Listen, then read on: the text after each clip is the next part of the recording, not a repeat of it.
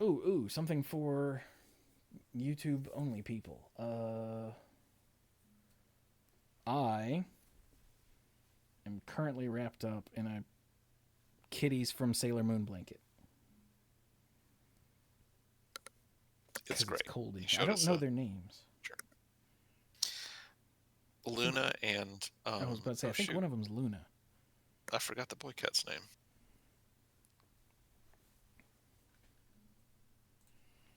I feel bad. I do not remember. Cats from Sailor Moon. Luna and Artemis. Oh. There you go. Okay then. That makes sense. What? No Selene? Because they're And both moon cats. Yeah, okay, Hmm. that does make sense. yeah, because it's Sailor Moon. Mhm. She is the one. Sailor Moon.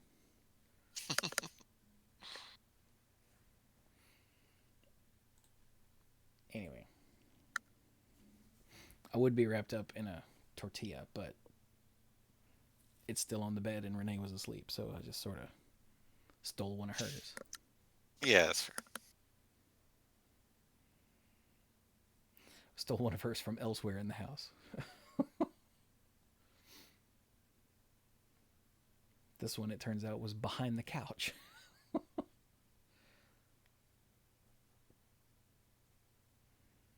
Anyway. Okay, then, we'll stop there. So, let's go. You ready? Everybody ready? Yeah, I'm ready. Let's do it. Okay, here we go.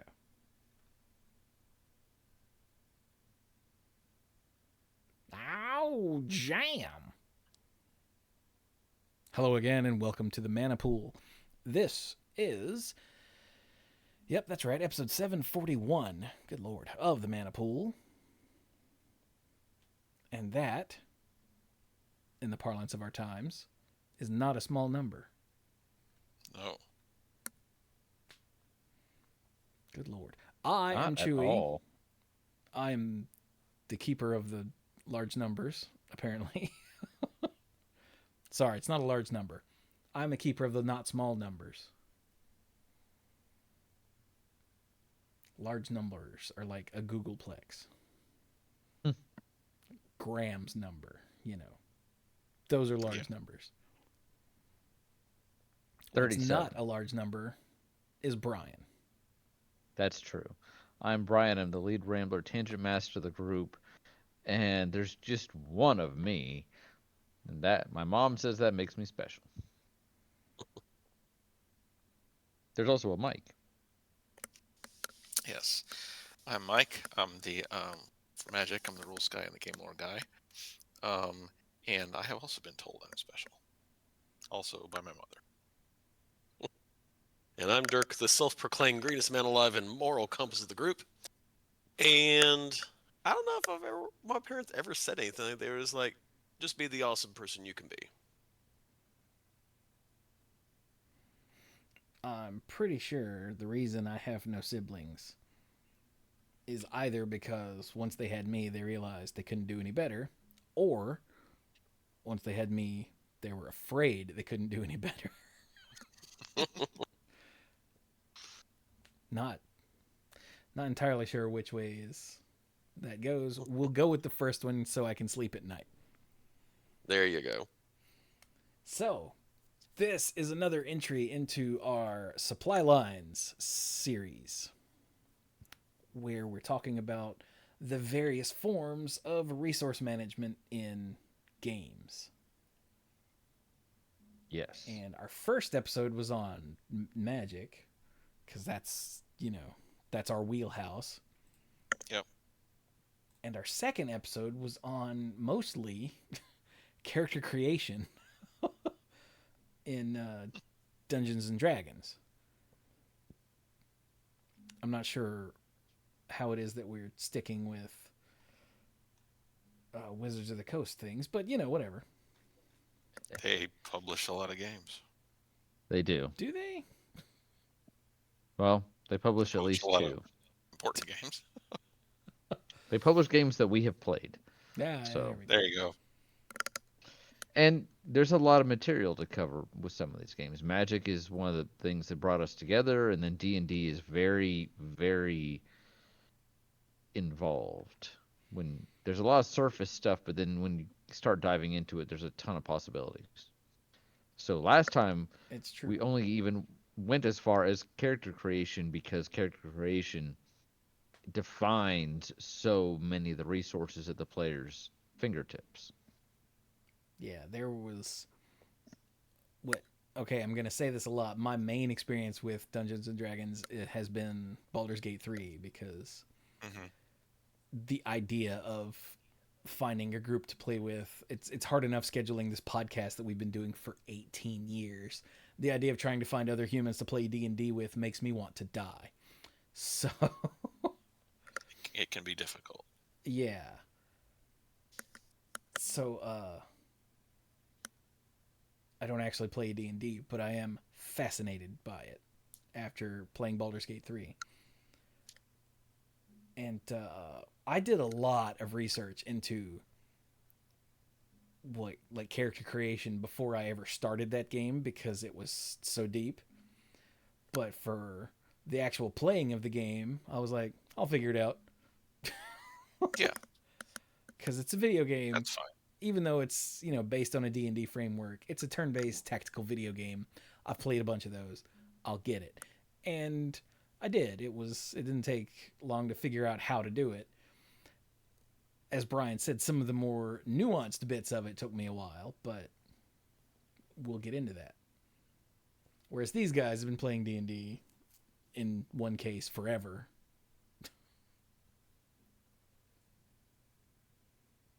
Yeah. But I think we talked about all that on the last episode. So as not to bog us all down with repeated information, that was episode 736. Seems like it was longer ago than October, but It does. it was not. I think it's just because we keep so a little behind the scenes here. This is either the third, I think fourth time we have tried to do this episode. Every time somebody has had something come up and can't make it, and I'm like, we have to all be here for this episode, and we can't be starting late because this is a big episode. And they're like, right, and then invariably at some point that day it becomes very clear that we're not going to be able to do it. So hey, we made it. Yay. Yeah. So, as far as I understand it, based on what I know from Baldur's Gate 3 again, uh, combat in D&D, every character, no matter who they are, has a variety of resources available. And those resources are at your action, unless otherwise specified, you get one of these per each turn. So there's your action, your bonus action, your reaction, your concentration, and then some amount of movement. And that's what everybody gets no matter what. Did I miss anything? There Mhm. is something called a free action, which is essentially once per combat turn, you can react, or I'm sorry, you can interact with an object for free. For example, drawing or sheathing a weapon, um, flipping a knob with something, as long as it's not something that you actually have to lay your hands on and like put some muscle behind. And then the other sort of free action would be communication. Yeah. The thing to Hmm. remember in combat is every turn is supposed to be about 6 seconds in real lifetime. That does not mean the players have 6 seconds to take their turn. If they did, our campaign would look very different. And Sam usually takes the longest out of anybody, but she also plays a wizard. Uh, but it's supposed to represent 6 seconds of real time action. Like that's an attack, a spell, whatever, should be about that long to act out in real life.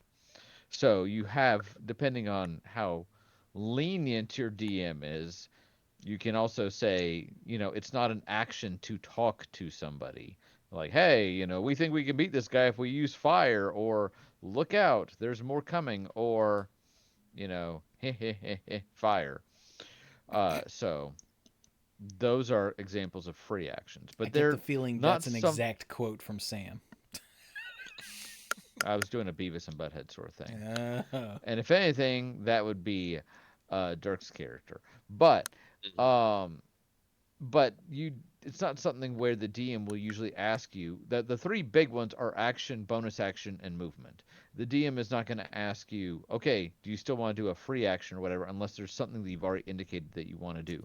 You mentioned concentration, and that's something that is initiated usually through a spell or something else that your character must concentrate on.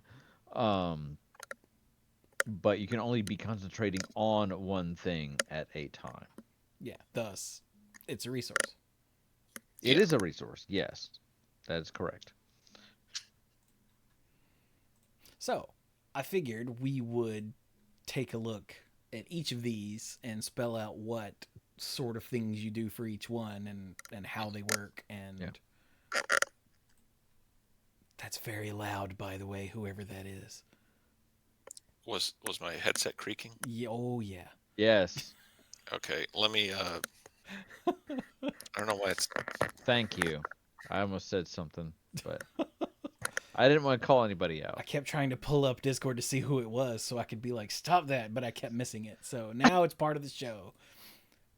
Yay. I don't know If why I it's may doing. make if I may make one suggestion, once Mike What is has your his stuff in suggestion? order, that before we even get into that, there's one topic I think we should cover very quickly, and I don't know how this works in Baldur's Gate. How does initiative work in Baldur's Gate? Oh, oh God, I forgot all about initiative because it's all That's done the automatically. beginning of everything. Yeah. Whenever combat starts, anybody who is nearby, whoever initiated the combat, every character involved does a an initiative roll, and I forget initiative in MG3, BG3. I think everybody rolls a D4. Yeah, it's D4 plus dexterity modifier, Huh. and then everyone acts in order from highest to lowest initiative. Rolls a d4. That's interesting. That is different from how D&D does it. Yeah, it's So, very plus any sort of other bonuses you've got from gear or the alert feat or whatever. right. Right. It's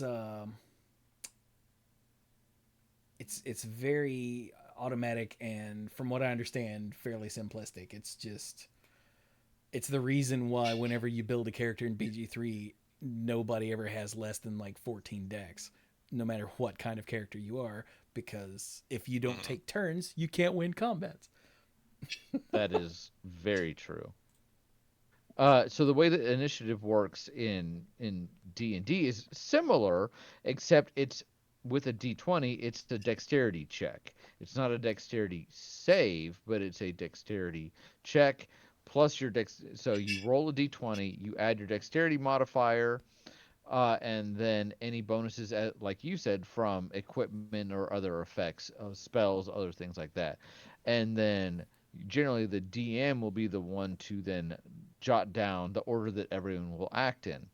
Some DMs are transparent with what the monsters or enemies initiative counts are, and some leave that up to find out, at least for the first round, so that it's something that the players will not always be able to, again, at least for the first round, won't be able to anticipate as much.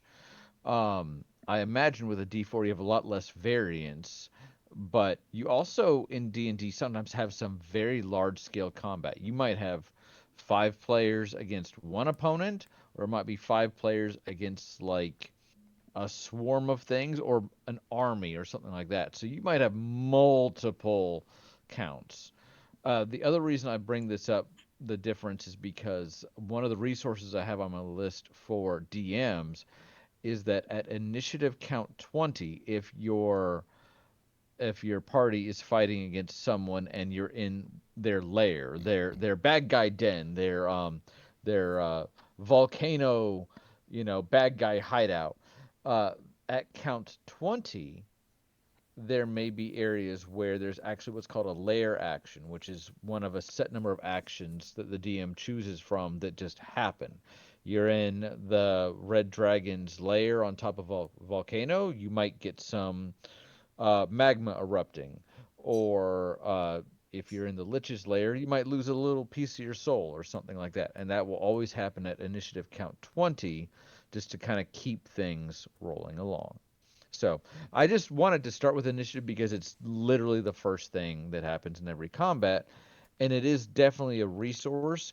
Like you said, Baldur's Gate. You said nobody takes what, less than 14 decks. It is Dex is a very important uh, resource, or what's the word I'm Stat. looking for? Stat. Thank you. I was like, alignment? No. For most characters. If you look at the player's handbook, it'll be like, hey, here's a sample paladin, here's a sample warlock, and you might want to take this stat first, like charisma, and then that, but almost every one will be like, oh, and don't forget dex. Because, like you said, there are some combats where, depending on how difficult the enemies are, they won't take multiple rounds. And by the end of the first round, something or more than one thing might be dead. So it's pretty important. Yeah, one of the main things I've seen for like how to beat honor mode, which Hmm. is the hardest difficulty in Baldur's Gate 3, is end combats before they start. Make an assassin rogue and a multi-class with a Gloomstalker ranger, and just erase everything before combat even starts. I'm like, oh, your first feat should be alert for every party member. I'm like, oh, there's a lot of initiative gear in the game. Put it on everybody. Oh, Sounds about right. yeah. If you want to be like, oh, I'm not worrying about this combat because look, they're all dead. So let's start with the what I assume is the easy one, movement. Movement Every is character generally has pretty a easy. an amount of movement they can do per turn, which it always drives me up the wall when people are talking about it. They're like, "Oh, they have a speed of 3 feet," and I'm like, because as a physics guy, units are very important, and speed of distance unit does not compute. But there's a per Yeah, turn that everyone just ignores. yeah. Speed of 3 feet per 6 seconds. So, uh, movement, again, you have a certain amount, and it's hampered by the terrain. I assume that's how it works in the game, the video game. And there's difficult terrain and stuff like that can slow you down because you have to work more. Well, it slows you down, so you do a smaller number of distance per second or per turn. But it's primarily used to just move around the battlefield, obviously, because it's movement, and you use it to position yourself either for like melee combat or to get out of the effect of an AoE thing or to Mhm. get around behind an enemy or what have you, right? Yes. Yeah. That is pretty analogous to D&D. The rule for difficult terrain is that it cuts your character speed in. Sorry, movement. I caught myself. It cuts their movement in half. So let's say you have a character and they have 10 feet in front of them that's normal, and they have a movement of 30. And so they have 10 feet in front of them that's normal. And then they have 5 feet in front of that that is difficult. It will take them 20 movement to get through all that 10 on the normal, and then 10 through the 5 feet of difficult. Make Yeah. sense? So it is stepping on one square, usually 5 feet by 5 feet is a square of movement. Of course, you can break it down more than that if you're insane, but that's the general, easy to remember way. Um, but stepping on one difficult terrain does not automatically cut your speed and cut your movement in half as soon as you do that. It's just while you're on that terrain. Yeah. And then you can also have things like some things fly. So they have a fly movement value. So, for example, there's certain birds that like their movement on the ground is like all of 10 feet because they can only hop around. But in the air, it's 60 feet. So, and the game will Oh, just you'll that's you'll neat. just look for that under stats. Yeah. Yeah. Other things I'm missing about D&D movement, Mike and Dirk, because I Well, don't want to just be the one talking the whole time. before that, going back to flying, everything in BG3 is just based on one movement. So, like if you're a normal humanoid character, you've got your, what is it, 30 feet Hmm. Uh, is basic. that's pretty standard. I think I've Yeah. got mine Yeah, in the for game set to meters. So, I yeah for player characters, walking walking movement is the only one they really get, and then there's like definitions for how to determine your movement in water, and then it's usually only spells and other special features that can get you flying movement. yeah, like I know that when my first playthrough I was a druid, and when I would wild shape into a bird, I could when I would wild shape into a bird of some sort in combat, I could still only fly the 30 feet. Oh, It just I wouldn't be Huh. hampered. neat. Gotcha. And Which, yeah, being in the air generally, with some exceptions, will remove you from difficult terrain. Go ahead. I've never actually played a character like what is it? Is it Storm Sorcerer or one of the sorcerers? I think in Baldur's Gate 3 anyway. After you use a spell, you can fly for as a bonus action. Hmm. And I've never actually had one of them in my party, so I don't actually know if that extends your movement speed at all. I don't know. So I could be wrong in saying that it's all based on one stat. It might be instead of halved, it might be doubled or something for flying. I don't know. I've never actually used flying in combat other than as a bird, and like that was I think twice total. Because if I'm going to use a wild shape charge, I'm going to turn into something big and scary, not a stupid bird. So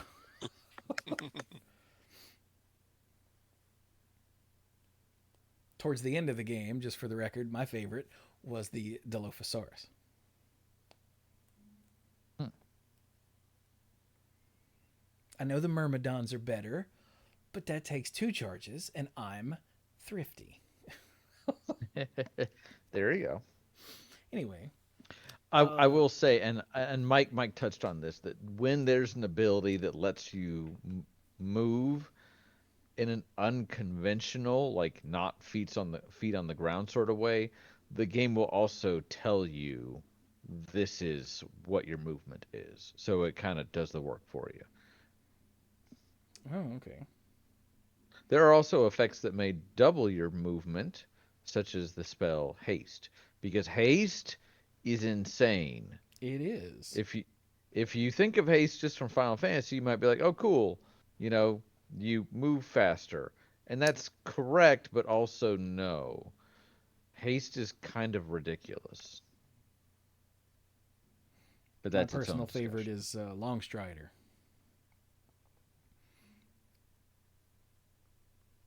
I always I'm make not familiar sure with that. somebody in my party has Longstrider, whether it was me as a druid in my first playthrough, and now it's me as a bard in my second playthrough that I'm working on now. Is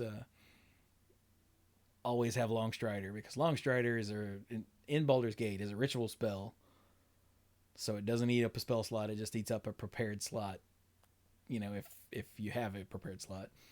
And it gives everybody like an extra, I think it's 3 feet of movement or something like that. 5, 10, I don't remember what it is, but everybody just gets more move speed.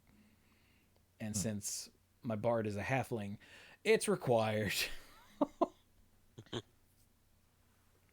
Because Jimmy she doesn't move very far. Jimmy plays a dwarf, and a dwarf that wears heavy armor, so he doesn't move very quickly. And when the party found a boots of speed that can, as a bonus action, you can kind of click them and double your movement speed, he took it, and I don't think anybody else made an argument for taking it. Sorry, it's And 3 he's been- meters. 10 feet is what it gives you. I was like, 3 feet? That's pitiful. That can't be right. My bad. No, you're good. So what else can you do with movement? Something that's kind of important to know is if you are ever knocked prone, it takes half of your movement during your turn to just get back on your feet again. So that's essentially a kind of penalty for uh, Garland knocked us all down. Now you have to actually physically take the time to get back up again. So that is a thing. Oh, I know my audience. speaking of prone, how does getting knocked prone? Sorry, no. How does falling prone like on ice work in D&D? Because in Baldur's Gate, if anybody is trying to traverse ice or grease or whatever, and they slip, their turn just ends. Doesn't matter what you've done or haven't done. That's it. That's why ice is so massively OP in Baldur's Gate 3. The only way I managed to beat one extremely hard boss was setting up ice everywhere and hoping that he would slip and fall because his dex modifier wasn't very high.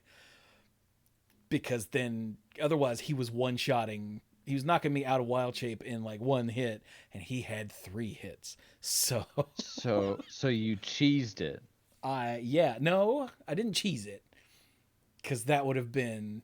There are plenty of ways to do like full on cheese, but I made sure there was always ice nearby. In the hopes of not dying. I am not familiar. Mike has been playing much longer than me. I'm not familiar with any specific rules.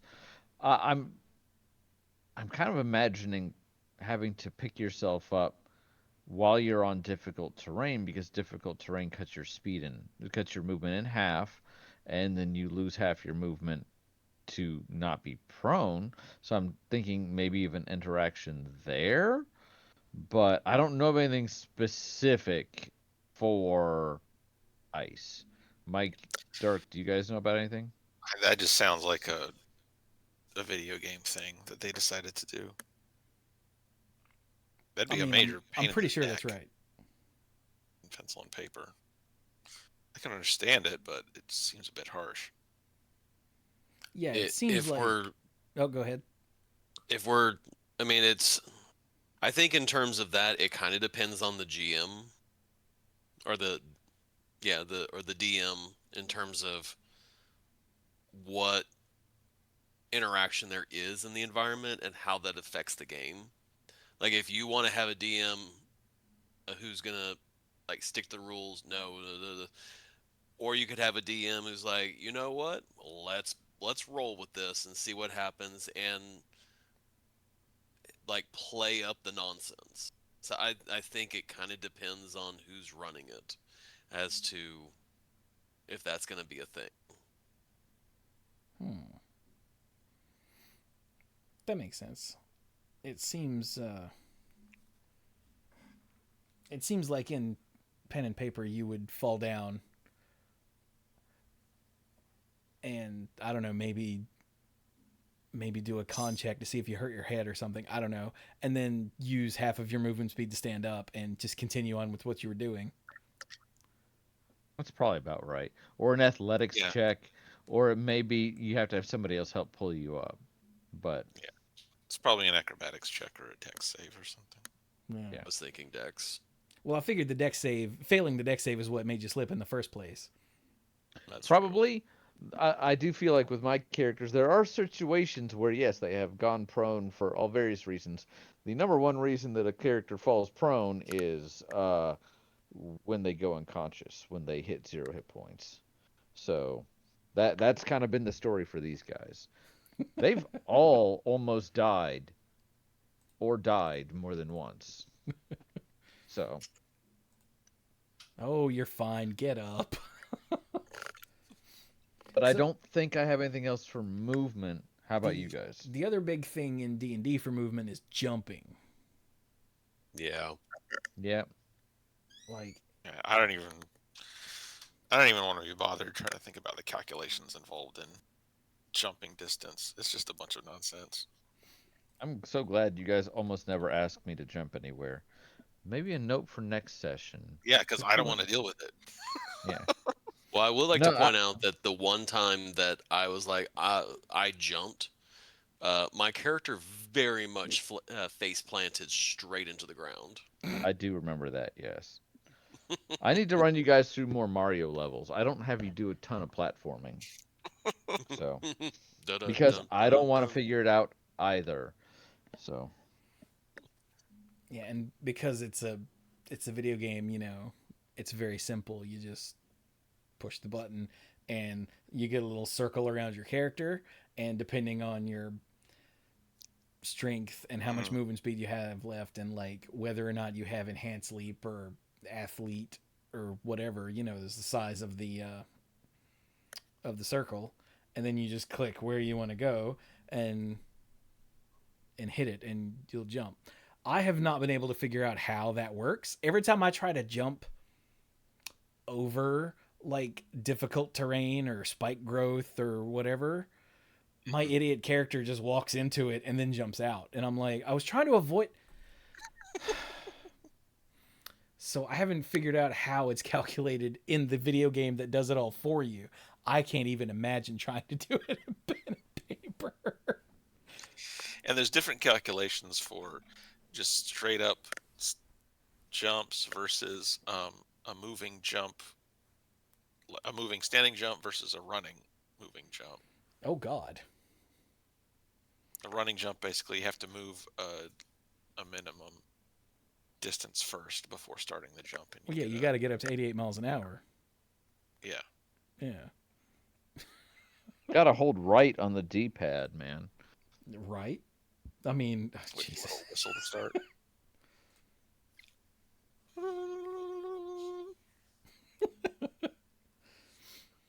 All right, then. So let's do the other easy one. I'll choke and die. Concentration. Some spells require your concentration. Yep. One of my favorite spells that, because again, my first playthrough was as a druid. One of my favorite spells that requires your concentration is Moonbeam. Ashley's character has cast that multiple times. It's one of her favorite spells. Well, damn right, because it's so good. Wait, I thought she was a bard. She is. Oh, is it a magical secret? Yeah, she's one of her magical secrets to get it. Ah, okay. Yeah, and it has paid off how many times, including its ability to like unshapeshift a shapeshifter, Mm-hmm. like that beholder. That's So, not even a thing that Moonbeam can do in BG3. That's awesome. no? No, it's just a damage source. Ah, Another one that I really like is Hunger of Hadar, but let's not get into too many specifics. But like concentration just means that because it's a resource, you can only be concentrating on one spell at a time. Mhm. and anybody who can cast spells can cast concentration spells. Uh, like all of the different flavors of magic have spells that require concentration, including the most used spell in any Baldur's Gate playthrough, Guidance, which you'll be walking along. You're in a conversation, and a little thing. You'll get your roll screen, and the little thing at the bottom will be like add bonus, and yeah, you always add guidance. I wish there was a option to just is guidance available, always use it, so I wouldn't have to keep clicking it. Yeah. But after the Give you conversation, you'll be walking along, and all of a sudden it'll say in your little combat log, it'll say such and such stopped concentrating on, and I'm like, what are they? Guidance. Oh, okay, forgot about that. I'll let you in on a little secret. Guidance is probably the most cast spell, at least in my limited experience in our campaign as well. Oh, Um, There are so many moments where someone's starting to describe what they're doing, and Jimmy interjects, "I cast guidance." cleric, yeah. Yeah. For Jimmy, for the cleric, it's guidance. For the warlock, snake, Mike's character, it's got to be Eldritch Blast. Although Detect Thoughts is up there too. And for the bard, it must be Vicious Mockery, which I still love it when she pulls that out, even in high level combat. But I make her actually describe how she's mocking, and it's awesome. But those are not concentration spells, though. so concentration is neat because you can get knocked out of it if you take enough damage, or if you fail your Constitution saving roll, you will stop concentrating on something. And the day I found out that spike growth was a concentration spell was a day I almost wiped.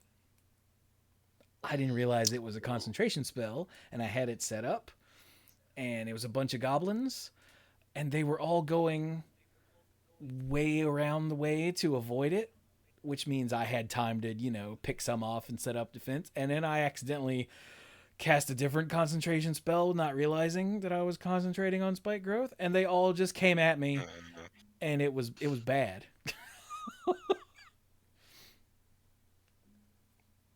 But it's also really terrible when like somebody gets hit with something that isn't even that much damage, and they fail the con save, and your giant Hunger of Hadar that was keeping the entire boss fight contained is gone now.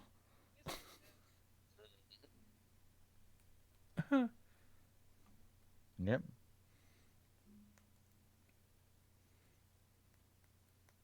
There's a spell that was, of course, there's the source books, but then there's been a huge number of supplementary books. And one of the supplementary books came out a while ago, a couple of years ago, was Explorer's Guide to Wildmount, which is based off of the Critical Role setting. And it also introduces a type of magic, a school of magic called Dunamancy, which is based off of gravity and time manipulation. And they have an 8th level spell called Dark Star that creates a miniature little black hole area for 40 feet. And it is very much concentration, because if the caster loses concentration on it, it just goes away. But it creates a little pocket, of magical darkness that has a crushing gravitational effect on anything that's in it. But if the concentration drops, then the space returns to normal, because you have to flavorfully keep that spell going with your. You have to. Well, I was trying to think of a creative way to say concentration, but you have to focus on it. So, and like you said before, you can only concentrate on one spell at a time. I don't know if there's a feat that lets you concentrate on two, but I feel like that would be broken, because That would concentration be is a really cool. balancing. Concentration is a balancing. Kind of like, some cards in Magic. You might have overstated creature, but it's got echo or whatever. Concentration means this is so powerful that to keep it going, you're not allowed to do anything else that also has concentration. You can still cast other spells, but not both. And sometimes even the DM needs to remember what has concentration and what doesn't. There was an early spot in our campaign where a character was involved in a foot race and she casted haste on herself. And then in the next round, she cast slow on someone else, which dropped the haste Whoops. because they're both concentration. So, yep. But hey, the the character made that mistake, so there you go. I don't really have a whole lot else to say about concentration because it's only specific to certain spells, and I think it's pretty easy to understand. But if you guys want to Yeah. chime in, Yeah, by all means, you two that haven't said much. Got anything else? No, you guys are just killing it. Yeah, that's it really. With a hammer. All right, then let's get into the big one, the action. So the action is your main thing. That's why it's called action, and the other one's called a bonus action.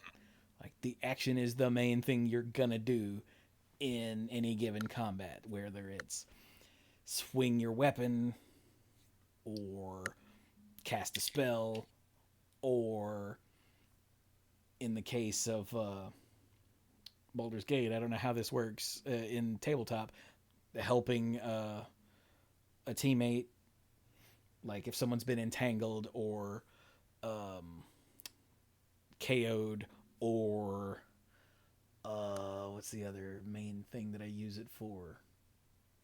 I guess help. That's the main thing I use that for. Is when Yeah. someone's downed, you can get them up at 1 HP, or if someone's wrapped up in something.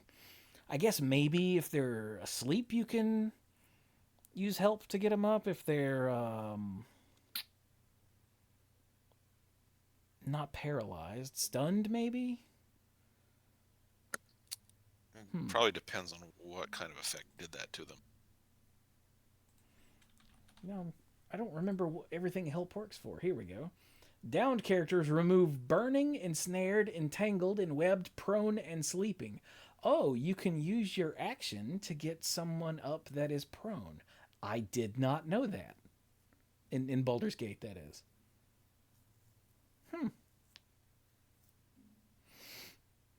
Oh, here's the full list. Removes the following statuses: burning, so I guess you pat them out. Dazed, I guess you smelling salts. I don't know. Downed, ensnared, entangled, and webbed, all the same thing. Feigning death, gaping wounds. How do you? Okay. Off balance, prone, sleeping, and muddy. I've never seen muddy in this game. What causes muddy? Sources of muddy. Death burst, mud. Oh, the mud mephit. Oh. Okay, sorry, anyway. So is that a thing in is there a generic help thing in tabletop, or is that a video game thing? there is a generic help, and you can take it as an action, and generally it will allow another character to perform an action with advantage in the most basic Yeah. terms. Mike, do you Oh, want to that's neat. expound? Yeah, that's what that help is. So it could either be an ability check. It could be for something in combat if you spend your turn helping someone who's going to go after you. Most often it's used out of combat to try to do some other thing, like use it a lot on investigation. When you're trying to search for something in a room or figure something out, you just have the person with the who's best at it get helped by someone else. Um, or if someone's trying to lift something heavy and then you give them advantage on their athletics check to try to lift it, something like that. Mm. A lot of those other things you're talking about, just kind of a generic. I don't know how specific they are. There is. I can't remember if there's a specific. I guess there would be a specific action to help someone who's down. I think you have to make a medicine check to do first aid. Yeah, it's called. I think that action is called first aid to do that to them. But some of those other conditions you mentioned aren't specific conditions in the pencil and paper game. They're just cool stuff for digital. But if you want to shake someone awake from being asleep, you just say, "Okay, yeah, I'm doing that." you know, there's not really a specific action for it. Okay. I kind of figured that because this help specifically is a combat thing. Mhm. So I sort of figured it was a video game creation. Interesting. But anyway, okay, so back to your action. That's the big idea for action is it's something that takes up most of your 6-second turn. Mhm.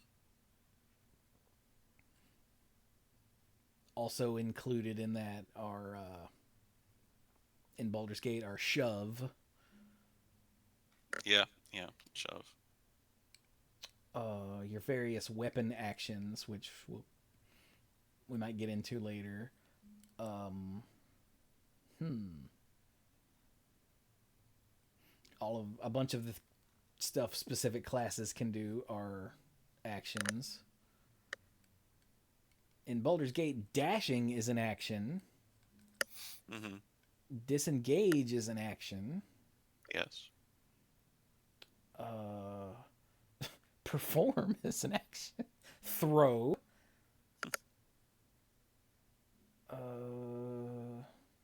Dodge.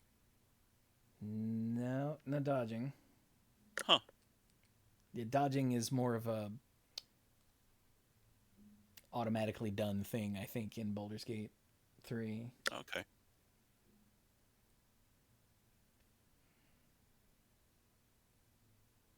Actually, now that I think about it, I can think of any dodging at all. I wonder if that would be more in of pencil and paper, it just gives you a defensive bonus until your next turn. Oh, okay. If you can't think of anything to do, then just like I'll dodge. Makes sense. So yeah, that's the very basic stuff. Is also drinking a potion in Baldur's Gate 3 because the people at Larian are good DMs.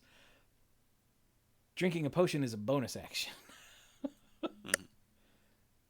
I know that's apparently a huge debate over whether the healing potion, should be an action or a bonus action, and it depends on the players and the DM and how they want the flow of combat to go. But in the game, it's a bonus action. And Brian stepped away but didn't say anything, so I didn't see it until just now. Otherwise, I'd go, "Hey, Brian." So, hey guys, is a healing potion an action or a bonus action in your campaign? It happens so infrequently that I don't remember how it's handled.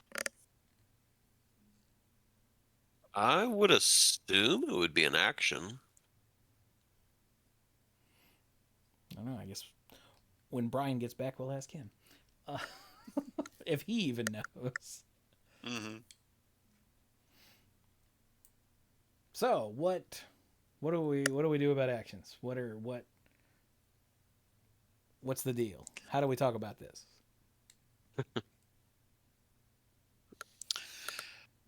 Yeah, you made a comment earlier that actions are the action economy is so important that you can make a huge impact on combat by preventing someone else from taking actions. Like there are some spells and abilities that if you can get someone with it, it forces them to choose between only being able to take an action or a bonus action or apply their movement during their turn, and Ooh, it can be pretty crippling depending on the situation. that is awful. Hmm. There is something in Baldur's Gate 3 that when you're under it, you I think you have to pick one, either action or Hmm. bonus action, but I can't remember what it is.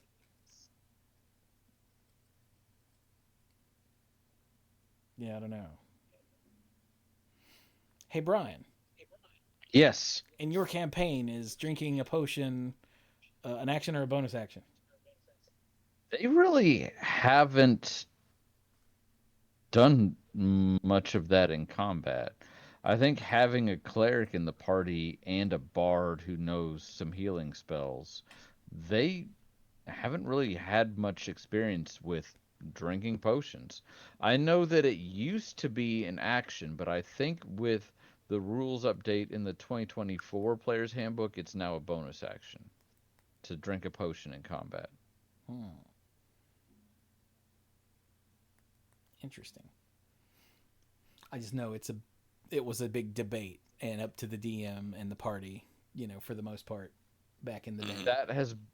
That has been a uh, one of the most common home brews is letting players drink potions as a bonus action. And I'm trying to look it up now. And then, yeah, they in 2024 in the player's handbook they said, yeah, you can drink a potion as a bonus action. No, So okay. I think they realized that having players commit the main part of their turn, because the action is the main part of their turn, to drinking a potion took them out of combat for too long. It was too much. It felt like too much of an investment. I'm sure some DMs felt like, hey, why that's the trade-off. You're getting this effect essentially for free, although it's a consumable. Hmm. So, Brian, Yes. while you were gone, we Sorry. made Yeah. no headway in talking about actions. I always thought that I brought something to the group, and here it is. So yeah, what I don't know what else to say about actions. Like there's so much that it's hard to speak Act. generally about it. Yeah. Action is basically the main thing. I mean, you can talk about movement, you can talk about other stuff, but the action is how combat really moves forward. Uh, and There's a number of choices that you can do, and of course the DM can say you can do almost anything as an action, and it's really up to them. But I made a list of all the things in the player's handbook, and I also checked online to make sure I wasn't missing anything. And this is the basic list of things that you can do as an action. The the most common one is an attack, which we'll come back to in more detail. Casting a spell is the other most common one. Yep. And then from there, it's a lot of kind of what if situations. Help, like you talked about before. Uh, Dashing, where you essentially get to move again.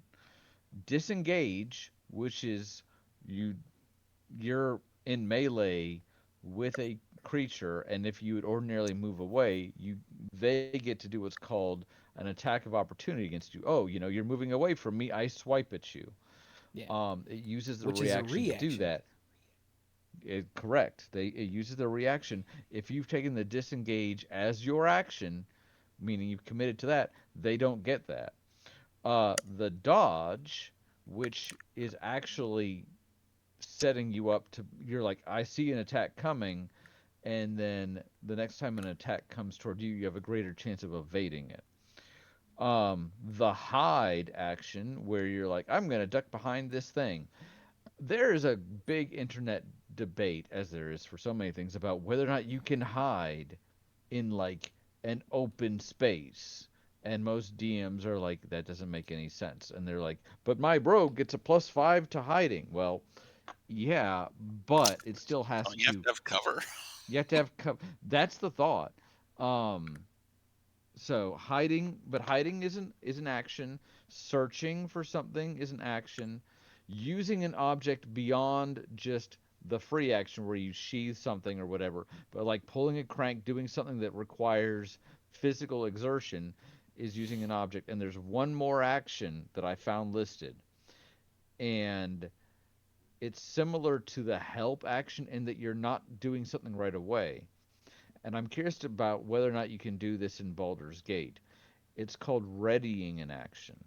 You're basically saying, "Okay, DM, Nope. I'm I'm going to start to cast Fireball, but I'm watching Mike's character over there, and I'm only going to cast it at him if he moves 5 feet toward me or if he draws a weapon." You're setting up a conditional if then. When this happens, I do X. And that is your action for this turn. You're essentially delaying it until a certain condition is met. And yes, if you have selected a spell that takes a spell slot as that, you ready it. If a turn goes by and it's back to your turn, and that condition was never fulfilled, you have lost the spell slot because you got it ready, and then it just never fired. You have until your next turn for those conditions to be fulfilled. Is there an equivalent in Baldur's Gate? No, God, no. That would take. I, w- I would think that would be way too. It reminds me of like the Gambit system in what was that? From Final Fantasy 12? 12. Yes, Ooh. honestly, I thought you were going to say that. Yeah. If a foe is weak to fire, cast Fire Auga. If an ally drops below 50% health, cast Cure. That sort of thing. Yeah. Hmm. It's all right. So we'll talk about actions by comparing it to its counterpart, the bonus action. And a lot of the most powerful things in Baldur's Gate 3 anyway involve converting things that are usually actions into bonus actions. Like there's a ring called the Band of the Mystic Scoundrel that if you hit hang on.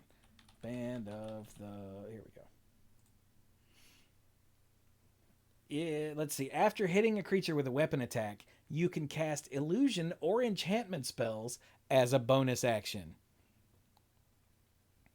So, like, you can whack someone with your sword, and then, Hmm. like, on the other guy standing there as a bonus action, you can cast, like, command to make them lay down or drop their weapon or walk away Hmm. or whichever version of command you want to cast. And that is stupid. That sounds a little silly, yeah. And there's like the entire identity of rogue is turning a bunch of things that you usually do as actions into bonus actions. At least in Baldur's Gate, like dash, Yeah. you get cunning action dash, Hmm. or hide, you get cunning action hide, or disengage, you get cunning action disengage, which just is the same Yeah. as the other one. You just do it as a bonus action, which That I did not that realize how good that was for a very long time when I was playing Baldur's Gate 3 until I had to get my stupid rogue across the map and realized, oh, I can bonus action dash and then easily get there and still take a shot. Oh my god. And there are even like spells that aren't that great, but because again in Baldur's Gate 3 you can cast them or they use a bonus action instead of an action, they're automatically just a step up. Like spiritual weapon, the cleric yeah. spell in Baldur's Gate 3 is a bonus action, which Yeah. the summon that it gives you isn't good. It's fine, but it's not great. But you cast it as a bonus action, which makes it amazingly better than it was because you can still whack someone with your mace, and then summon a thing. What? Yeah. I was gonna say I didn't want to interrupt Chewie, but yeah, the rogue works it sounds like basically the same because the dodge, disengage, dash, uh, hide are all cunning actions that the rogue can do as a bonus action. So that is a one for one comparison as well. I f- we're still talking about actions. I feel like the term bonus action is misleading, but that's something that we'll get to in a bit. Yeah, I think it was a little. Honestly, I think the way they were um, labeled in fourth edition was a little more clear. The system was different, but you had major you had major actions, movement, and minor actions, and that labeling, the way they were used, I think made it a little more clear. Hmm. I'm sorry, I lied earlier. Shove in Baldur's Gate 3 is a bonus action. Oh, wow. My bad. Yeah, your common bonus actions that everyone can do in Baldur's Gate 3 are dip, which you dip your weapon into something to give it that property. Like you can Ah, dip your weapon into like a burning brazier to give it fire damage for, I don't know, a turn or two. Stuff like that. Or into a pool of acid to give its acid properties or whatever, you know. Jump, shove, and then your offhand attacks are all bonus actions in Baldur's Gate 3. Okay. But those are just the common ones that everyone has. Yeah.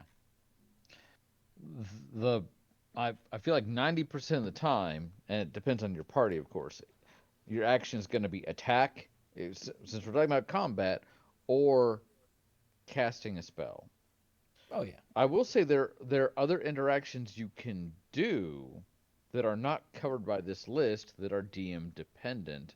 For example, communication is generally a free action. You can do it all you want. However, if you are facing down a warlord and you're trying to be like, wait, if you let us live, we'll give you this pirate map to the treasure, that's going to be a persuasion check, and that is probably going to the point that the DM will say, all right, this is your action or bonus action, but probably an action for you to make a persuasion check. So that's, again, this fits into the what constitutes an action is not limited to this list, Yeah. but yeah. I have a whole section in my notes about alternatives to fighting, and persuasion is the number one thing. Yeah. But yeah, In Baldur's Gate 3, that always happens ahead of time. okay. Like once combat has started, the best you can do is get far enough away to flee. But when you come back, it's probably just going to start combat again. I will say that a Because video lot of game. times, well, and a lot of times, once combat has started, it's a lot more difficult to make the enemy see your way. But there will be situations where, like, depending on what you're fighting, is it a beast or is it something intelligent? An intelligent creature might be like, I don't want to die, so throw it on their weapons or something like that. So, Yeah. but again, video game, like you said. Video game, yeah. So, yeah. Yeah. There are apparently, my first playthrough again, I was a druid, so I very rarely passed any of these checks. But apparently, there are just a whole mess of bosses in Baldur's Gate 3 that you never have to fight if you can talk them out of it or convince them to do something else or whatever. I had to fight them all because I was a druid. I think my charisma was 12. So might have been 10. But that's part of the reason I'm a lore bard in my second playthrough is because I want to skip some fights. Damn it. But anyway, so what else can you do if with your bonus action then? Like if your So action is wait, the main thing you do, the bonus action what is bo- that? bo- bonus action. The reason I feel like it's a misnomer is it when the basic combat we tell people, all right, you get a action, bonus action, movement. The reason I feel like it's a misnomer is it feels like, oh, that's a little something extra everyone can do, and not Hmm. everyone can do a bonus action. It is generally class dependent, sometimes race dependent or species dependent, but most of the time it's class dependent. And as you said, rogues are a big one there. Spellcasters, there are some spells that, like you said with clerics and spiritual weapon, have a casting time of a bonus action. So that's when you can do that then. Specifically, I will say this, and everyone that's played D&D and knows this probably is chanting it along with me. If you cast a bonus action spell during your turn and it's at least a level 1 spell, you cannot also cast a leveled spell as your action. You can only cast one leveled spell, period, a turn. You can cast a cantrip if it has a bonus action casting or an action and then a leveled spell that fits the other category, but you cannot cast two leveled spells a turn. But See, that anyway, is a sorry, thing that's that's a, different in Baldur's Gate 3. really, you can cast two leveled spells a turn. You can cast all the spells in a turn you can muster as long as you can find actions or Hmm. bonus actions for it. No, Like if well, someone casts haste on you, then you can totally go, fireball over there, for lightning bolt over there. haste is silly, and haste breaks some of the rules or redefines some of the rules. But generally, a bonus action is something that the rules that it only interacts if you have something that interacts with it specifically. The classic example, if we're talking about magic, because again, that's how a lot of people find us, the upkeep. What happens during the upkeep? By Nothing itself, nothing. by itself. Exactly. No, that's it exactly. Upkeep, you're always going to untap something if you have something that's tapped. But upkeep, the only things that care about upkeep are things that say during your upkeep, at the beginning of your upkeep, at the end of your upkeep, upkeep, upkeep, upkeep. So bonus action, you either have one or you don't. A lot of classes do. The bard, for example, the classic example is they can give bardic inspiration as a Hmm. bonus action. Yep. Mike, does your warlock have a classic bonus action? I don't know that you do. Um, no, I don't think so. Maybe there was. I'll have to look. There might be there might be an invocation I could have chosen that has a bonus action thing to do, but I personally don't have anything like that. Interesting. And uh, Dirk, over the course of our campaign, has two characters that have kind of come and gone. One is a wizard, so Dirk, a lot of roll and spells may have a casting time of a bonus action. But I'm trying to think of the paladin. Were David's divine? He's been kind of out of it for a little bit. He's been off doing other things. Did he have like divine smite? Is that a bonus action? Uh, Divine. I'm looking for it now. I think I didn't know if smites you are knew it off the the way they top of your are. head. Okay. Because there's Divine Favor, and that's a bonus action, yes. Okay. I think the smites are bonuses because I don't think they're actual attacks. They're just something that you do and it gives you a bonus on your next attack or attacks. Okay. Interesting. I even as a DM, I do not know all of these rules off the top of my head. So, Well, if you but don't have again, one and not actively in your party, why would you? yeah. But so again, bonus action is very specific on if you have it or not. And I've repeated that, so that's pretty much it. Some of them are really cool. Most of them, in general, like you said about spiritual weapon, are not as big and flashy as the action, but I don't know that that's a hard and fast rule. There are a lot of magical items that will allow their use as a bonus action do blank, you know. But Oh, I think Misty Step is my Ah, bonus. there I it just don't do is. it very often because it uses a spell slot. Oh yeah, Mike, I need to and judge you real quick. What flavor of warlock are you? Um, Pact of the Tome with and a great old one patron. Oh, okay. I won't judge you too hard then. That's cool. I mean, Okay. it is a really cool build. He's done a great job with it. It is a very Mike character because Is it discarding it's a creatures? Mike, are you milling yourself in no, D&D? no, no, but it And is I wish.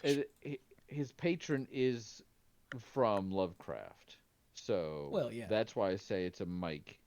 Yeah. There's more to Mike than just Lovecraft, but it is one of the first things I ever associated with Mike. So You heard it here first, folks. Mike's a racist. that was not Oh, uh, now I'm but I sad. don't but that's pretty much it for bonus actions. Um yeah. yeah. Yeah, in Baldur's Gate 3, you get a lot of power by doing things as a bonus action that aren't normally. Like, I have no idea how this works in tabletop, even remotely, but I know that sorcerers in Baldur's Gate 3 can get quickened spell, meta magic, Hmm. Yeah. which lets you Yes. cast a spell, any spell, as a bonus action, provided you have enough sorcery points for it. Hmm. That is a And parallel, yes. yeah, but the difference is in Baldur's Gate 3, you can cast more than one spell. So you can like create water, and I know this is a thing that apparently isn't in D&D, which is crazy to me, but you can cast create water to make a group of enemies wet. And then you can cast like using your quicken spell bonus action meta magic to make them wet, and then you can hit them with like a lightning bolt or a cone of cold or something, and wet is more makes them vulnerable to lightning and cold. So That's fun. one of the most ridiculous, overpowered builds in Baldur's Gate is the lightning sorcerer, because you can just wipe out entire encounters before they get a turn. You go, all right, meta magic, quicken spell, create water. They're all wet now. Lightning bolt them. Oh look, they're all dead. That was a good combat. Let's go loot their bodies. That feels like a flavor win, but and I can definitely see some DMs being like, I'll allow it, but but rules as written, I don't think that Yeah. Since it I would. haven't used any sorcerers just yet, I I was always, my druid was always the one who was casting create water, and then my wizard would go, lightning spell to zot everybody. So it was a two-man job, but it was the same effect. And when I found out that being wet wasn't a thing in D&D, I was like, I feel like they're missing a step there.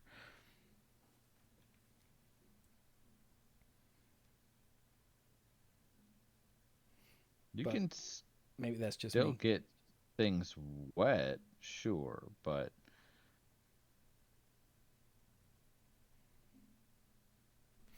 But anyway. so So, what about reactions?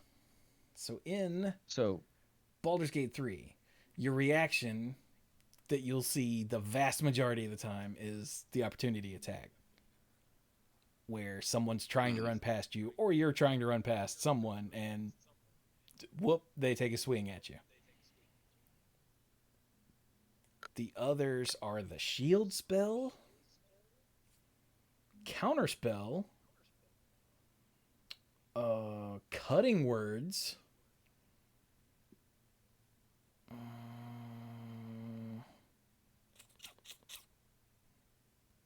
that's most of what I remember seeing as a reaction. But a reaction is a well, it's a response. It's a reaction. It's a response to something that something else is doing. Yes. Oh, also in Baldur's Gate 3, you can set it to where sneak attack pops up as a reaction. They don't use your reaction resource, but they pop up in a very similar like UI window. Hey, you want to use this? And it's rogues sneak attacks and paladins using divine smite. I could not figure out how the paladin worked to save my ass when I first got one in the party. I'm like, I don't. And then I looked it up, and they're like, be sure you turn on all of the reactions to ask. And I went, oh, and I took a swing, and it goes, boo, boo, boo, boo, boo, boo, boo, and it popped up like 4 options. It's like, you want to use Divine Smite with a level 1 spell slot? How a level 2 spell slot? How a level 3 spell slot? What are we even doing here? And I'm like, oh, okay, I get it now. But those don't use the reaction. Just in the game, they are set up in a similar way, graphically speaking. Makes sense. Yeah. Yeah, in D&D, a reaction is just that. It is a reaction. It is a response to something else happening. And I if you hadn't said counterspell, I was gonna, because again, how much of my play group is casters? It's a high percentage. So they don't all have counterspell, mind you. It's not all like counterspell, counterspell, but it is definitely something that I have to constantly keep in mind. What's the range of counterspell? Where's Mike's character? Again, you know, but that with a warlock and 2 wizards in the party, it comes up a lot.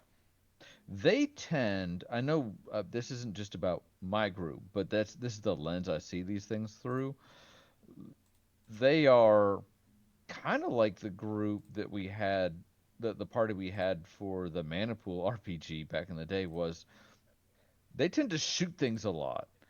I think the first encounter where they actually started to have some difficulty, and I use that phrase lightly, but where it actually seemed to be giving them some trouble was fairly early in the campaign. They came across a nightmare, a demon sort of horse in an underground temple, and it did actual damage to one of the characters, and they were like, wait a minute, what? We're not used to things like having a chance to hit us back.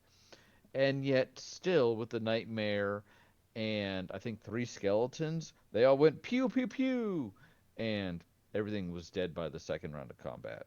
So they're a party of snipers basically.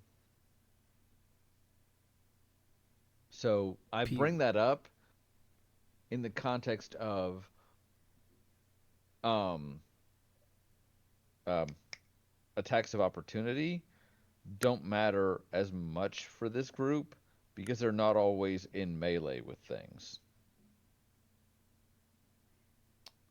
Oh, okay. Yeah, and like even if I did get even if I did get the chance to perform an opportunity attack, it'd be like, what am I gonna do? Hit it Hit with them my with your mace for yeah, oh, I'm probably gonna miss anyway. yeah. They're most of them, their main damage is not with their actual weapons. Jimmy's character, the cleric, actually does quite a bit, but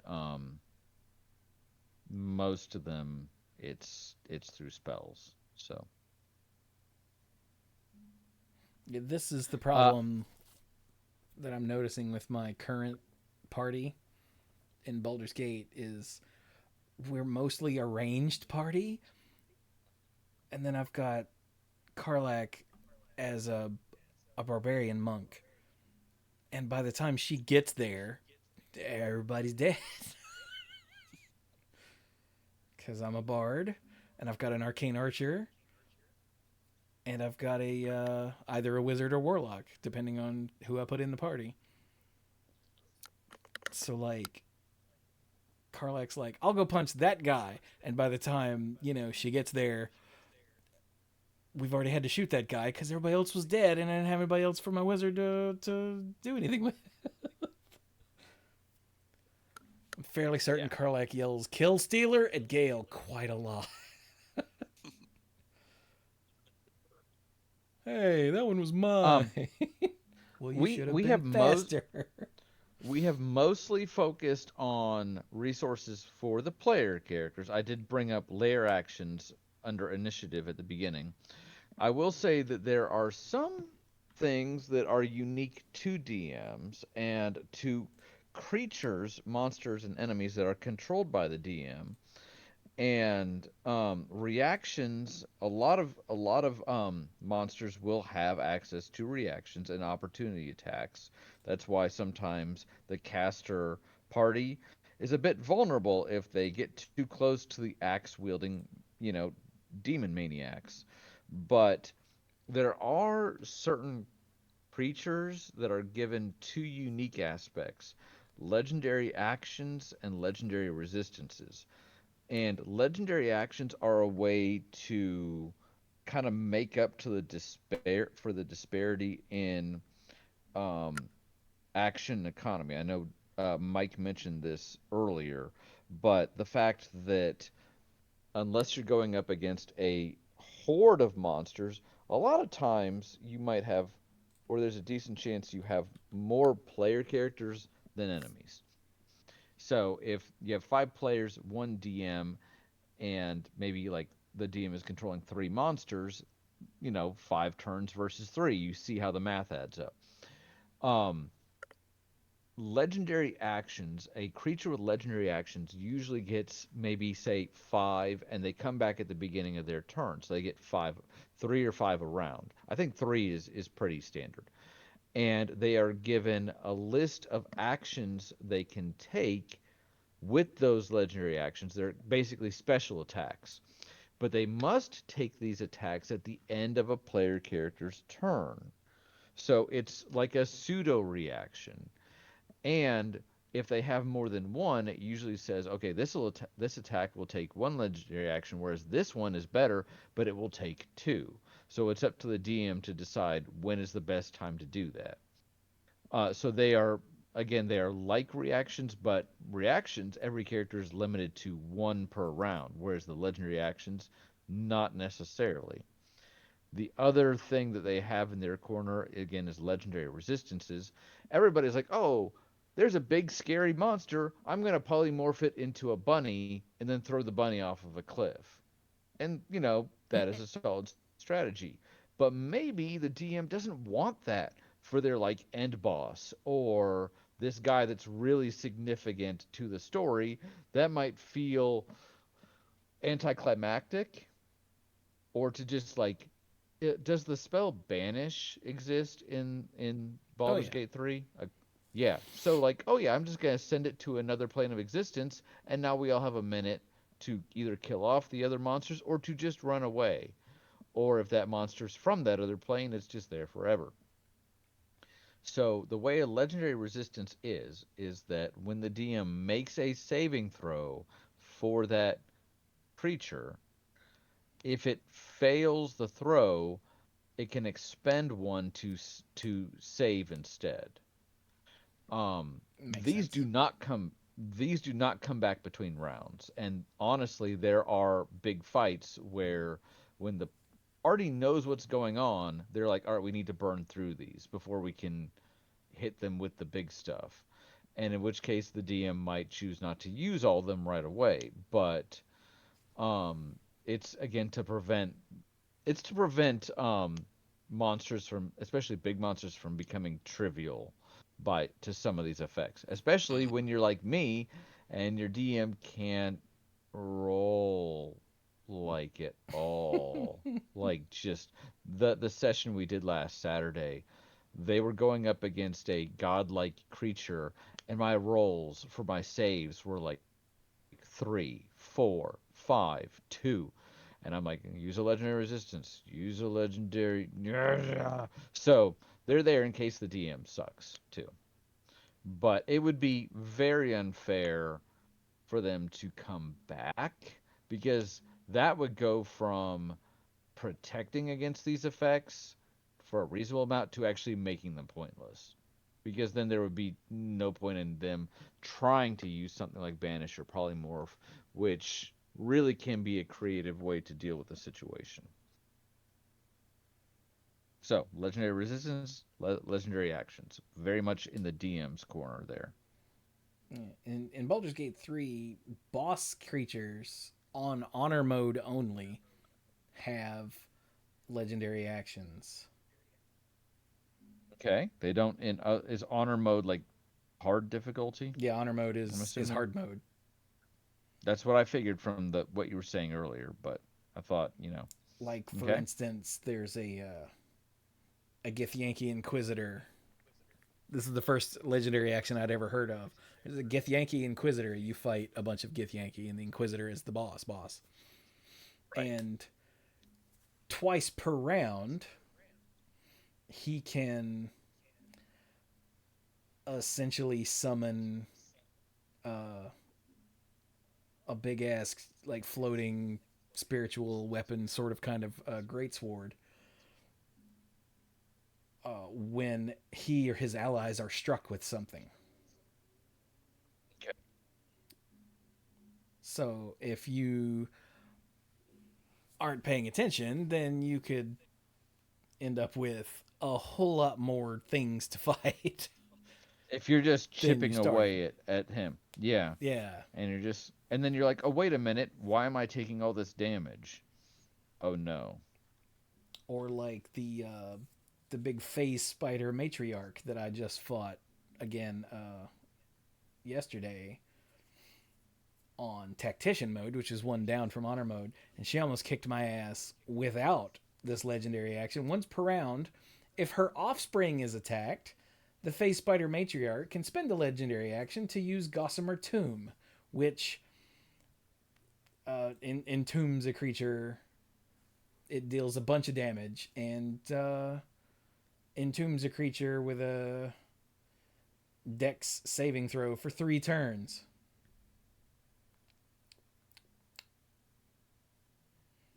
Oh, unless the silk is removed with acid or fire damage, it will explode, dealing 8d10 poison to the entombed creature.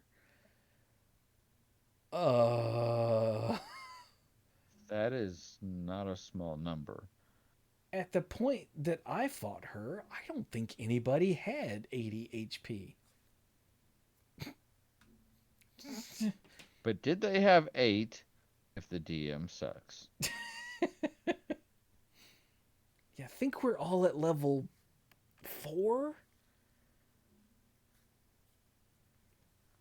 So, that's awful. Anyway, Yeah. I pulled up the list of legendary actions, and I'm looking at these, going, I'm never gonna beat this game on honor mode. Auntie Ethel, who's a hag, once per round, Auntie Ethel can spend a legendary action to summon more illusory duplicates and shuffle herself among them after a spell is cast. Her illusory duplicates, I think, all have 1 HP, but when you first fight her the final time in Act 1, she summons, I think it's like 5 or 6 of them. And then if you try to, oh, I don't know, Eldritch Blast or Magic Missile to pick a bunch of them off and figure out which one's real, she can make more and do a shuffle. Oh, dear God.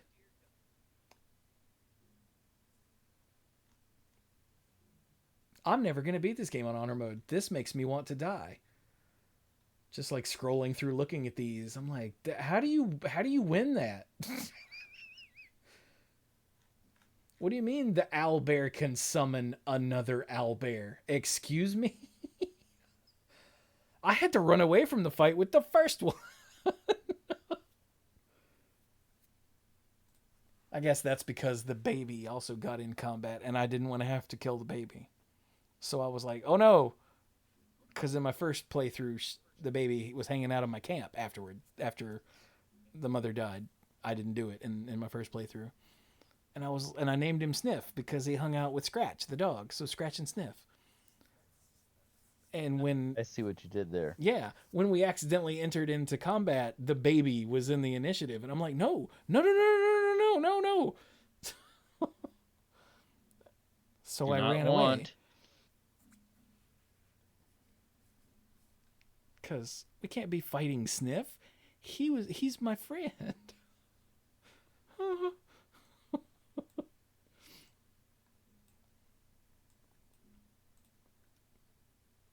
So what else? What else we got?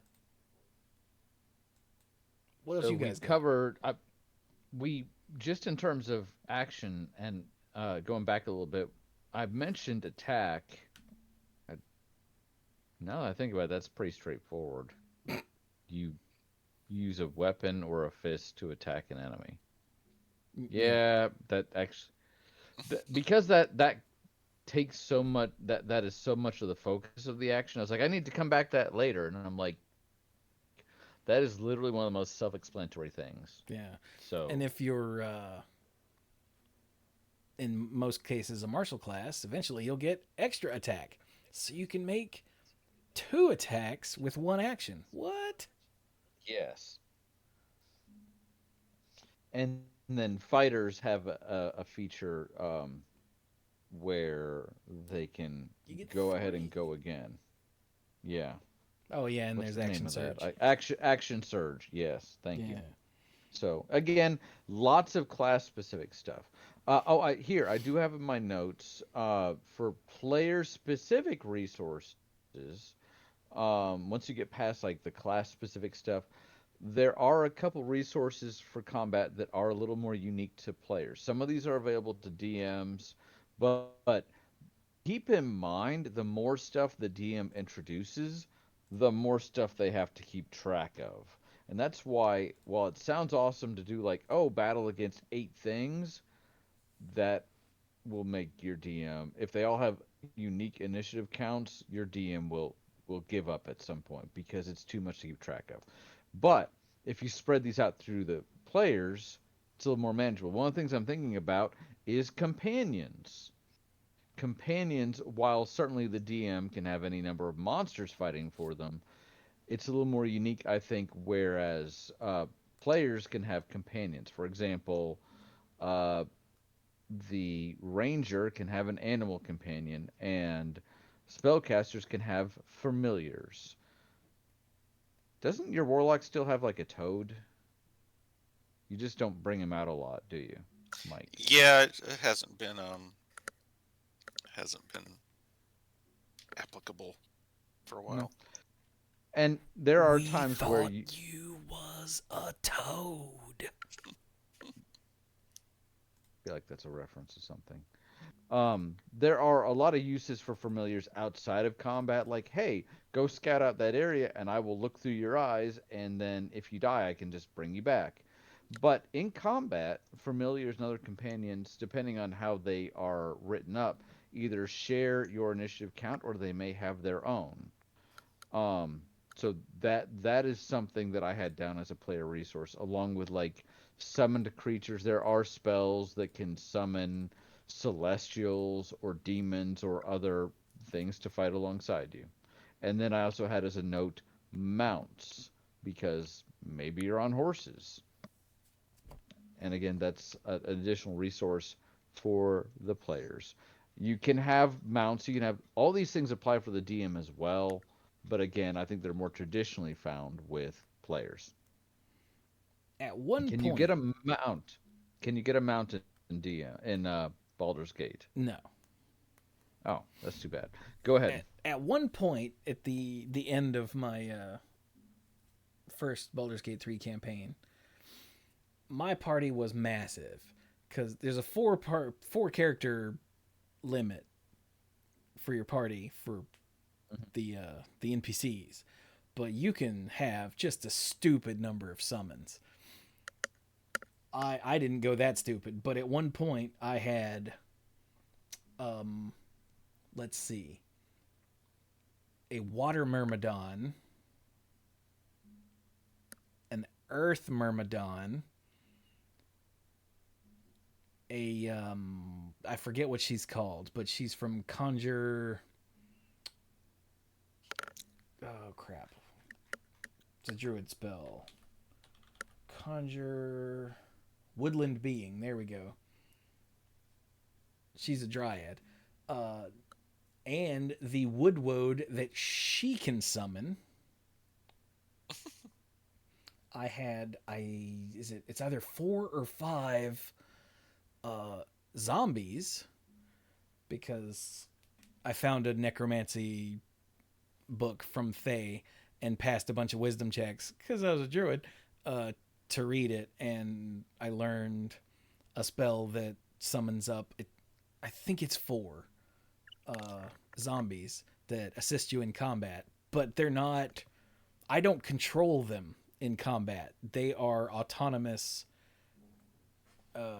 in combat, so I had nothing to do with what they did. But all these other summons I was in control of. But these 4 zombies did their own thing. Most of the time, it was run up to something, miss, and then get killed and explode and deal damage to my character. So I don't know why I kept summoning the bastards.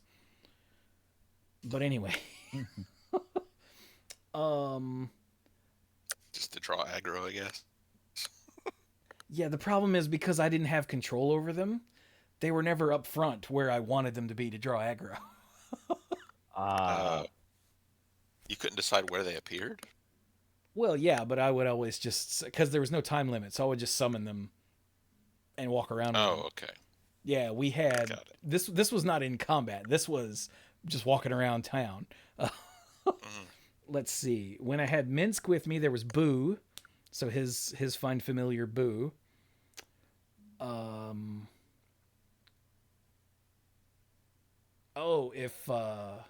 I had Will in the party, he had a Cambion that one of his weapons got a free summon a Cambion, and even though he wasn't great, still, a Cambion. And I think Gale had the summon celestial being or whatever, and I would use it to summon a how do you say it, Deva? Mm-hmm. Yes. Devas are no joke. And it's true. And sometimes I would also summon Scratch just to add one more to the freaking party, because Scratch isn't terribly great in combat, past the first couple levels. But I was like, how big can I get this without getting really stupid? And so I had all of them at once at one point. Like, instead of my usual 4-person party, it was, let's see, 4, and then 4 zombies, which, I mean, they're still in the initiative list, so I'll count them. That's 8. And then 9, 10, 11, 12. And then 13, 14, 15, I think was my maximum. And I wasn't even doing other necromancy stuff. Like, I had something that could summon a mummy for free, but I always forgot and never used it. Or I just didn't have a corpse nearby. So, summons and familiars and companions and whatnot are awesome in Baldur's Gate, at least, for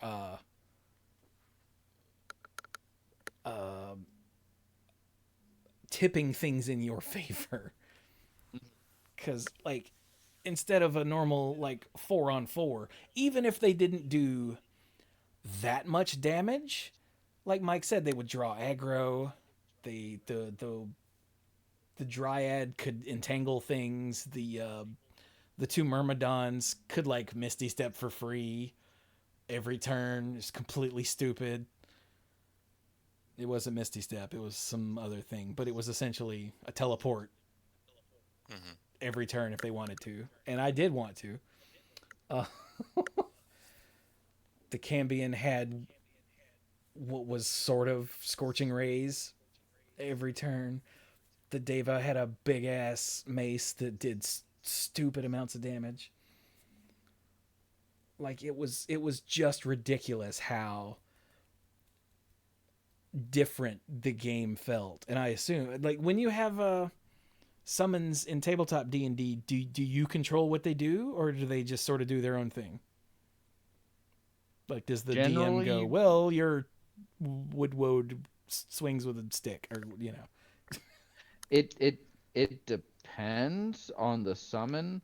Most of the time, I feel like most of the time it would be player controlled. However, there are exceptions. Like there's a spell that lets a warlock summon a demon, and the demon is like a Baylor, and it is outside of the player's control. So it depends. So if it's outside the player's Yeah. control, who does it? How does that work Well, in The tabletop? DM, the DM. Oh. yeah, there's there's one where the DM just does it, but there are some Yeah. other summons where you have to make some sort of check, or if some other condition fails, then you lose control of it, and it starts doing its own thing. Right. I think Interesting. there's one or I think there's some of the elementals you can summon that way. If you lose control, um it will act on its own or will do something else specific like attack you or something. So, Huh. Yeah, summoning is a very powerful thing that again I specifically choose not to do because I don't feel like messing with the extra decisions and the additional entity in the turn order. in case you can't tell, like when we talk about all the things you can do during your turn, there's a lot between just the list and then other things you can try to talk to the DM about like, "Hey, I really want to do this or whatever." There's a lot of decisions that have to be made. And a round in combat with like 5 players could take well over 10 minutes, depending on, what all's going on, if not longer than that, depending on how complicated, like, all right, this spell has an area of effect and it does, moonbeam or whatever, or fireball or whatever. And I have to roll this many dice. We have to see, how many things it hits and da da da da. So there's a lot to be done. And when you start adding more things, on the one hand, that's cool. And like you said from Baldur's Gate, more things to act, to take hits for you, to just, even the action economy is great. And it's more to keep track of. And every player at some point, and certainly every DM, will be like, oh shoot, I could have been doing X this whole time, and I forgot that I had it because I had all these other things I remembered I could do. Yeah. Seems like that'd be a thing for players and DMs. Like, oh, I could have. Yeah, Yeah. it totally is. Totally is. Yeah, I remember in a post show odds and ends. That's a behind the scenes thing that we record before and after the shows that you can get on patreon.com/the Manipool. I'd ask Mike. I was telling Mike I had one of my cleric all rigged up in a with a radiating orbs build, and he goes, "Okay." I went, "Is that a thing?" He goes, "I don't know." And radiating orbs is a condition in Baldur's Gate that if you have one stack of radiating orbs, then you have -1 to attack rolls. And every turn you let's see here. You reduce the duration by 2 each time the entity makes an attack. And some of the most ridiculous things you can do in Baldur's Gate 3 on a single character is give them a full like radiating orb build so that whatever enemy they're giving this status, this condition to, will never be able to make a successful attack roll until they die. And Mike goes, that sounds like way too much to keep track of. And I thought about it for not even a second, and I went, oh dear God, it does. Yeah. Because like the luminous armor is when the wearer does radiant damage, they cause a radiant shockwave, and that radiant shockwave inflicts radiating orb in a radius for 2 turns. So essentially they get 2 stacks of radiating orbs. Radius, radiate, radiant, Exactly, yeah. And then you can there's a ring that says when the wearer deals spell damage when they're in a light source, they inflict radiating orb. And the luminous gloves, when the wearer deals radiant damage, the target receives 2 turns of radiating orb. And then you just put all of that on your cleric, and along with a couple other things that say whenever you like cause a status, blah blah blah, or inflict a condition, and then you just have them cast what's it called, Spirit Guardians, and just walk into a bunch of enemies, and none of those enemies will ever hit an attack roll again. Because they're all getting like -6 to any given attack roll. And it's just going to go up every turn as long as they don't break the concentration. And how are they going to break the concentration? Because they can't roll a successful attack roll. And like in a video game where all that's handled behind the scenes, that's amazing. But in a tabletop game where you'd have to keep track of the number of stacks on every enemy, and whenever they try to make an attack, that the number goes down by 2, but then it gets reapplied. Oh, Jesus God, no. And I think we've gotten to one of the most important resources in tabletop D&D combat is attention span. It's not in the official rules, but we've hinted at it several times. Well, not even hinted at it. We've mentioned it several times throughout this episode, and that's just too much to keep track of. It's a lot. And that, as a person who plays this with video game, that did not occur to me, that having a party of 4 players and then 11 summons means every round of combat is going to take 18 years. Yeah, it can. And it's bad enough in the game where all the dice rolling and everything is handled automatically to just position everybody, make your attack or cast your spell or whatever next. All right, you go next. Yeah. All right, you go next. Like, it takes long enough when you're not doing everything yourself.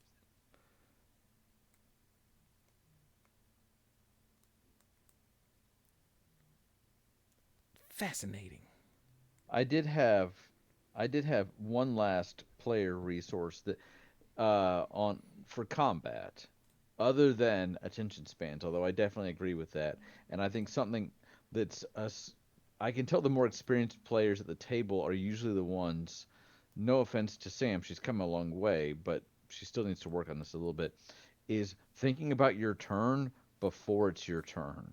Because if it gets to be your turn, and sometimes things will happen where you're like, oh, the world blew up last turn, I need to rethink my strategy. But if you can cast like 8 spells and you need to figure out what you're doing, and you can't be reading those descriptions of those spells on your turn when there's like 4 other people to go plus the DM. So that attention span is important. But the last this is a problem that I had playing Magic back in the day in the dorm with you guys, because I'm a social animal. And when it wasn't my turn, I'm not playing Magic. I specifically remember once Mike getting very frustrated with me, calling me out on it, and I tried to get better about it after that. But the last resource I have down on my list, and this is specifically for players. The DM's guide does say you can use this for certain creatures, specifically ones especially that might have legendary actions or resistances, but not to use it with everything because it would make everything take too long. Is death saves. For most creatures in D&D, when their hit points drop to 0, they're just dead. Players can celebrate or feel bad or loot the corpse or whatever they want to do, All of move the on to the above. next thing. All of the above. When a player character drops to 0 hit points, unless they were dealt a massive amount of damage with that attack, then they fall prone, they go unconscious, and at the beginning of their turn, or whenever they are would be dealt damage, they roll a death saving throw. No, they roll a d20, no modifiers. If it is a 2 through is it 2 through 10 or 2 through 9? I I think don't it's think a the 2 specifics really through matter. if it's a 2 through 9, they fail. And when they get to 3 failures, they die. They're done. If they roll a 1, they automatically lose 2 death saves. And then if they roll a 10 to 19, um, they don't die. And then if they roll a 20, they recover with 1 hit point. So, the point with that being, it's really a way to try to make sure that if a player character dies, or if they go unconscious, they don't automatically die on the spot. The rules do say you can do this with some important DM controlled characters or monsters where you want it to feel like, hey, this thing still has a chance to get up, but you don't want to do it with everything because if in the first encounter every single rat has death saves, your players are going to be like, wow, uh, yeah, I don't have the time that this takes. So, Yeah, then it turns into that, that thing where you're walking around and poking everything with a stick. Is it dead yet? All right, I yeah, attack it.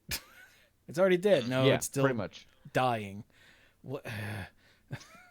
Yeah, Yeah, it's yep, a quality of life thing in that's weighted toward the player. correct. Do you have death saves in Baldur's Gate? You do. Huh, okay. And enemies love it when someone goes down because they all just turn and attack it, and so that person dies anyway. Oh, really? So then I've got to use a revivify scroll or go see Withers and get everybody back, and it's very I frustrating. I will say that from the online community, there's debate about whether or not it's good form or bad form to immediately lay into a character that is down and unconscious because it can feel like you're definitely kicking them when they're down versus spreading it out amongst the players that are still up. And it's less of a feel bad to do that.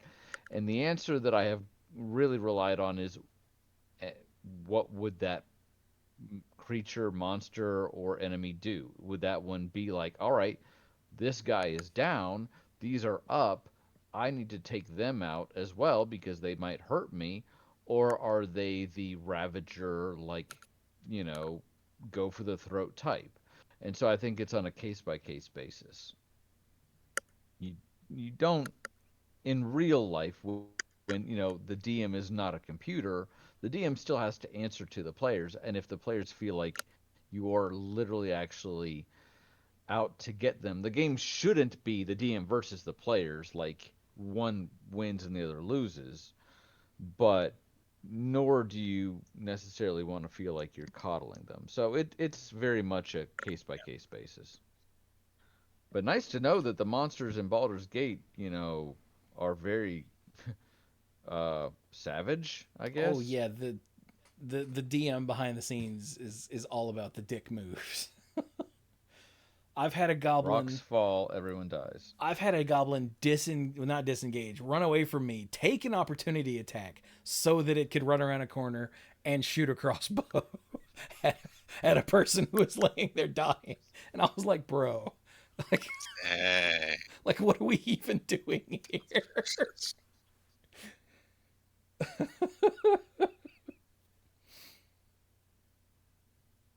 Oh, and that the spider matriarch, the face spider matriarch fight that I said almost kicked my ass yesterday or day before, whenever it was I played. Yeah, she downed 2 of my 4 characters, and I was super lucky that I managed to hit her with a banishing arrow from my arcane archer, so that I could get everybody back up. And then get them all grouped up to throw healing potions at them. Literally, if you can throw a healing potion at the ground, and anyone that it touches gets a heal, because video game. And I happen to have 2, whatever, the greater healing potions, I guess, the one step up from your basic ass healing potion, which was enough to get everybody enough HP to where when the spider unbanished in 2 turns, we weren't immediately gonna die again. One of them only had 1 death save left, so that was nice because it was fail. I'm like, please stay alive. I don't know if I have any scrolls on anybody, and it's too much of a pain in the ass to check my inventory with a controller.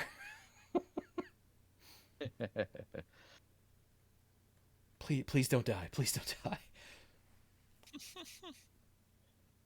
But so, I think those are all of the resources for combat. I mean, you could make a case for weapons, magical weapons, items, stuff like that, but a lot of those are just resources in general. While some of them, like the weapons, are more handy in combat, you might take that Vorpal sword that cuts off things' heads and use it as a crowbar to open the crates in the mysterious man's mansion's building basement. That's an actual place, by the way. But if it so snaps in half, I don't want to hear you bitching. So, but So those were everything. Here's the thing on my in list. Baldur's Gate 3, speaking of weapons, I have no idea how any of this works in tabletop. So each weapon type has different weapon actions. Okay. That might be a little different, but go ahead. Like, okay, here we go. Weapon actions. Like, for instance, if you have a Warhammer, let's click on Warhammers. Then if you have proficiency in Warhammers, then you have these 3 weapon actions. Backbreaker, which has a possibility to knock an enemy prone. Concussive Smash, which has a possibility to daze them. And Weakening Strike, which has a possibility to inflict weak grip, which I think just means they do slightly less damage. They have disadvantage. Oh, okay, on attack rolls. That is unique to the video game. You certainly will have weapons with very particular abilities, especially magic weapons. Well, yeah. The Vorpal sword, for example, I mentioned, is very good at cutting off things' heads if you roll a 20. But I have not encountered a system in D&D where every weapon of that type has that. Usually the weapon of a type determines what type of damage they will deal. A rapier will deal piercing damage, whereas a short sword will deal slashing. But that is a unique thing for the game, it sounds like. I see. And like a bunch of different weapons, like hand axes, sickles, scimitars, battle axes, long swords, glaives, great axes, great swords, and halberds all have lacerate, which does damage and has a con saving throw to inflict bleeding. But what's weird is that these weapon actions they're all single use per short rest. And I'm like, it's slashing with a weapon. How? And I guess that's just the balancing factor in game design, so you're not always able to uh always able to get your attack damage and possibly some other effect all the time. Otherwise, why would you ever just attack? Right. Right. Like the big one that I've seen people say is the best one is on Morning Stars. There's the Heartstopper action, which can inflict chest trauma, which gives disadvantage on con saving throws and one fewer action. That Huh. sounds terrifying Yeah, and graphic. you hit them Jeez. with your Morning Star so hard that you cave in their chest for a turn. Well, for 2 turns. Yeah. Ooh. Ugh. What That about bracing? sounds Is bracing a thing with ranged weapons? not really familiar with the concept. This one felt tabletop. You can with long bows and heavy crossbows, you can give up some of your movement speed to re-roll, essentially gain advantage on your ranged damage rolls. Hmm. And I was like, this one is the only one that really feels tabletop, Feels like it but could be, but I guess not. doesn't sound familiar. Interesting. But that's another thing that is in Baldur's Gate that is a resource, is you have all of these different types of things: backbreaker, cleave, concussive smash, maiming strike, flourish, heartstopper, lacerate, piercing strike, pommel strike, which is non-lethal. I mean, some of these sound like abilities that, once again, are specific to classes. Like, for example, monks have various strikes and punches and whatnot. The stunning strike, for example. But My monk that'd is be not more high in enough line to with the have that yet. class. So I lied. I looked at my list one more time, and at the very bottom, under DM resources, I had one other entry. And we've kind of hit on this before. The environment. This is very much a DM resource because the DM literally creates the environment. Now, they may do so in a way that ultimately benefits the players, but we talk about like movement, we talk about difficult terrain. The DM may also set up a combat in, to use what I said earlier, like a volcano or a jungle, or the environment itself, and where the battle map, such as it is constructed, can be a major resource. Again, technically for the players, but the DM is the one creating it. So that would be very much a DM resource. Yeah, there are a I lot had these. of, like in Baldur's Gate, especially in the early game, there are a lot of like pits that you can knock enemies off of, either into like Yeah. chasms so they just die, or just off of cliffs to deal extra falling damage and whatnot. Speaking Okay. of the Yeah. environment as a resource. Oh, that's exactly the sort of thing I was thinking about. Yeah. At one point, these guys were involved in a sort of deathmatch sort of thing. It was a tournament sort of thing, and every round the arena started collapsing or getting or shooting jets of fire up. So it was an evolving arena. So yeah. Ooh. Did they get any warning about what was about to happen? After the first time, I'm a learn from experience sort of DM. That's pretty funny. So, But yeah. now that actually was the final entry on my list So each for of realsies. the different classes and whatnot have their own massive list of resources that it would take way too long to go into super specifics. Like bards have bardic inspiration, monks have their key points. There's divinity charges for is that cleric or paladin? Or channel divinity, whatever it's called. Channel Channel Divinity. Divinity. Yeah. Is that cleric or paladin? I forget. Do they Cleric. both have that feature? They both have something, but I think they're called different things, but they're essentially the same thing. Channel Divinity. I'm gonna look that up. Um, um, Channel divinity charge. Okay, yeah, those are clerics, yes, that's cleric. and they all do different things depending on subclasses and whatnot. Uh, Casters obviously have spell slots, which we haven't talked about at all, but it's spell slots. Like, you get it. Spells have certain levels. You have a certain number of casts at each level. Yeah. And you can upcast, but you can't downcast. Right? Right.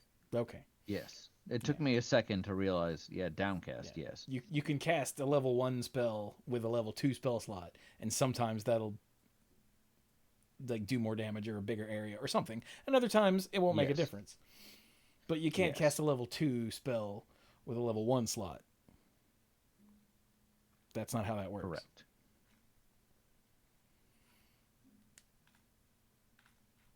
And there's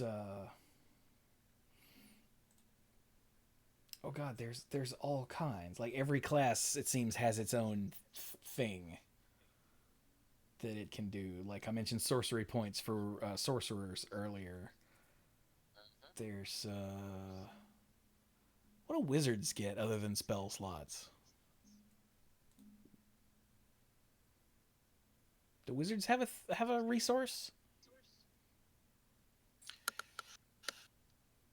Um, no, they're just like it's just really easy for them to learn spells, and depending on what school they choose, they can do fancy stuff with spells of a certain school. Yes. Okay. Do wizards get arcane recovery in tabletop? Yes, and that's not Yes. Yeah, every school gets that. Oh, really? Oh, every school. Yeah, Okay. But not like because there's like warlocks. what? No, not every magic user gets that. Yeah, just every No. school of wizard. Yes. Okay. So, yeah. There's and there are ways like in the Discord, hang on. It was pointed out that you can actually use enemy opportunity attacks as a resource.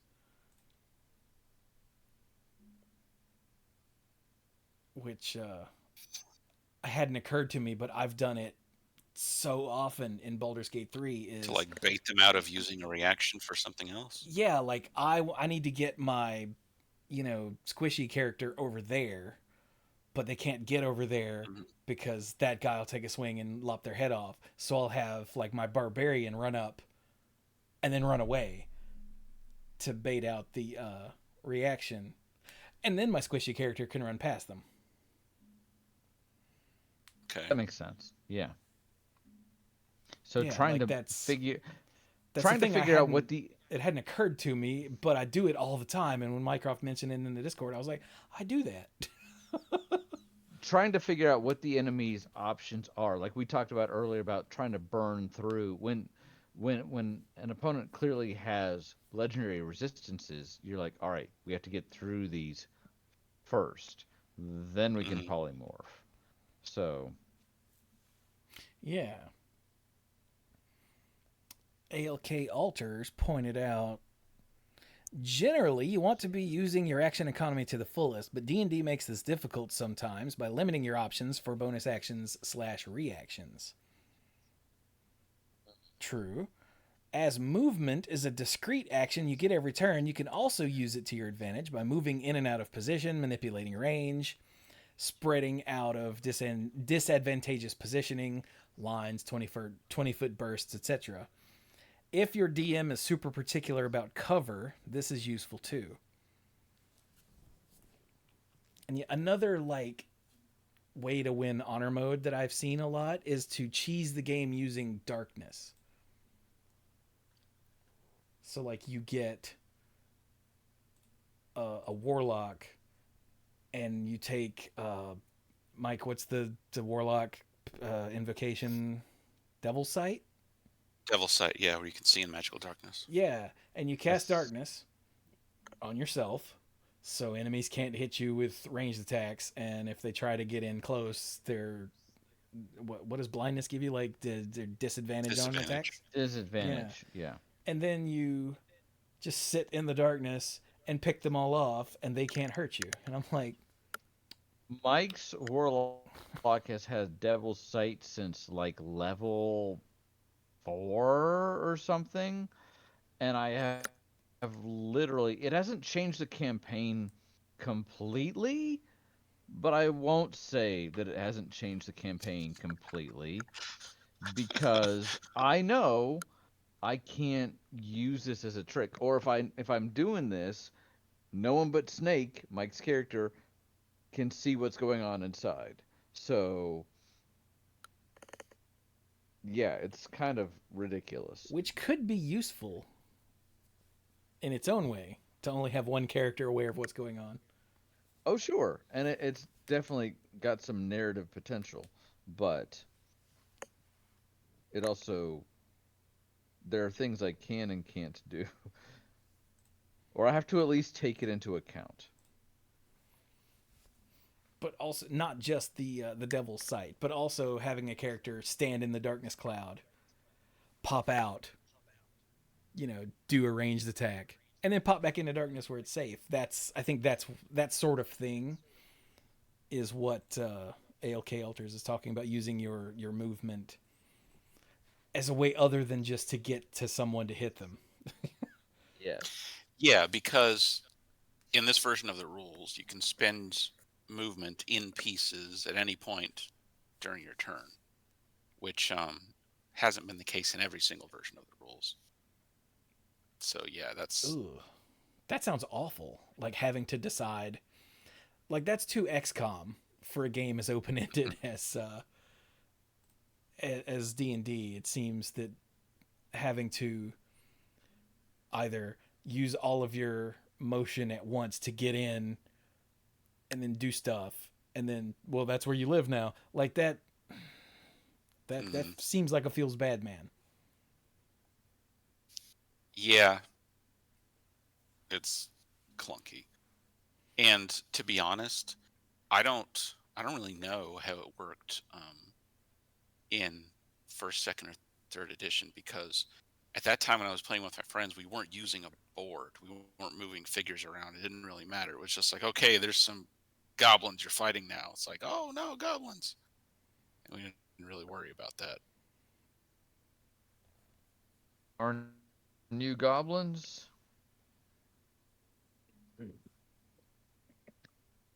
I think you blinked out in part of that, Brian. What was that? Said, oh no, goblins. Yep.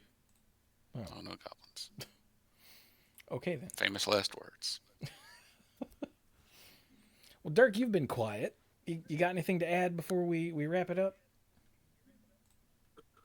No, just yeah, D&D stuff. I'm still I've played and everything. There's the one thing I think would be fun to discuss is potentially like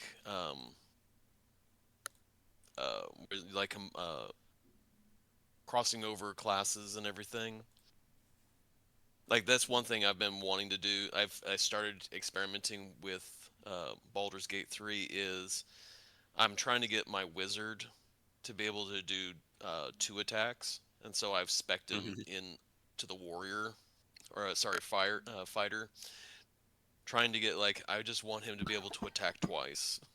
So Well, you only need that five levels in. fun combinations would be something I would love to jump in on.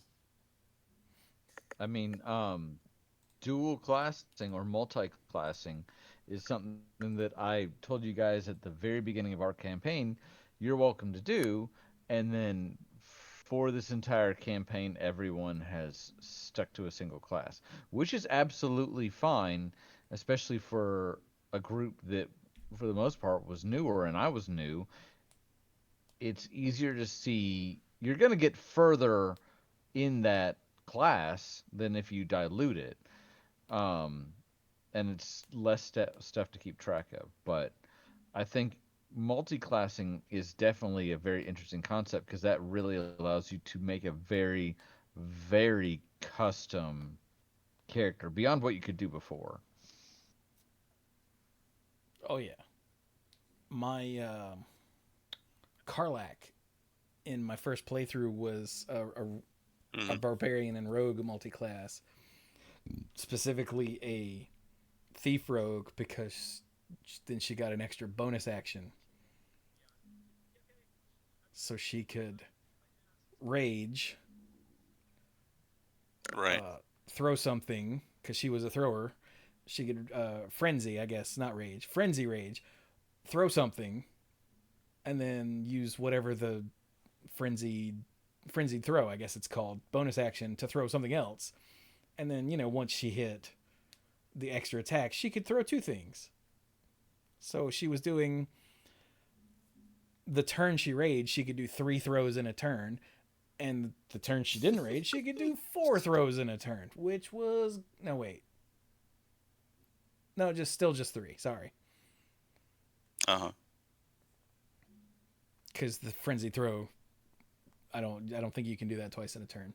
Or maybe you could. Actually, I think you can in Baldur's Gate. I don't know how that works in tabletop, but I don't care. And it was always, throw something to knock that one prone with the frenzy throw, and then do a regular throw at that one just to try to kill it, and then do a regular throw at that one just to try to kill it, and then did everybody die? Okay, use your other frenzied throw at that one to try to knock it down. Hey, it knocked down too? That was a hell of a turn, Karlak. Good job. Now please step on me.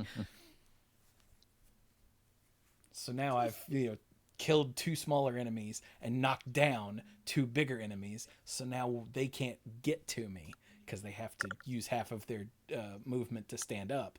So I have now made all of my team safe and done stupid amounts of damage, especially in the late game where I had a returning weapon that did AoE damage. It's just everything would just die. But yeah, multi-classing is, I think, the reason that I enjoy Baldur's Gate 3 as much as I do, because the possibilities aren't endless, but it's really hard to count that high. Right.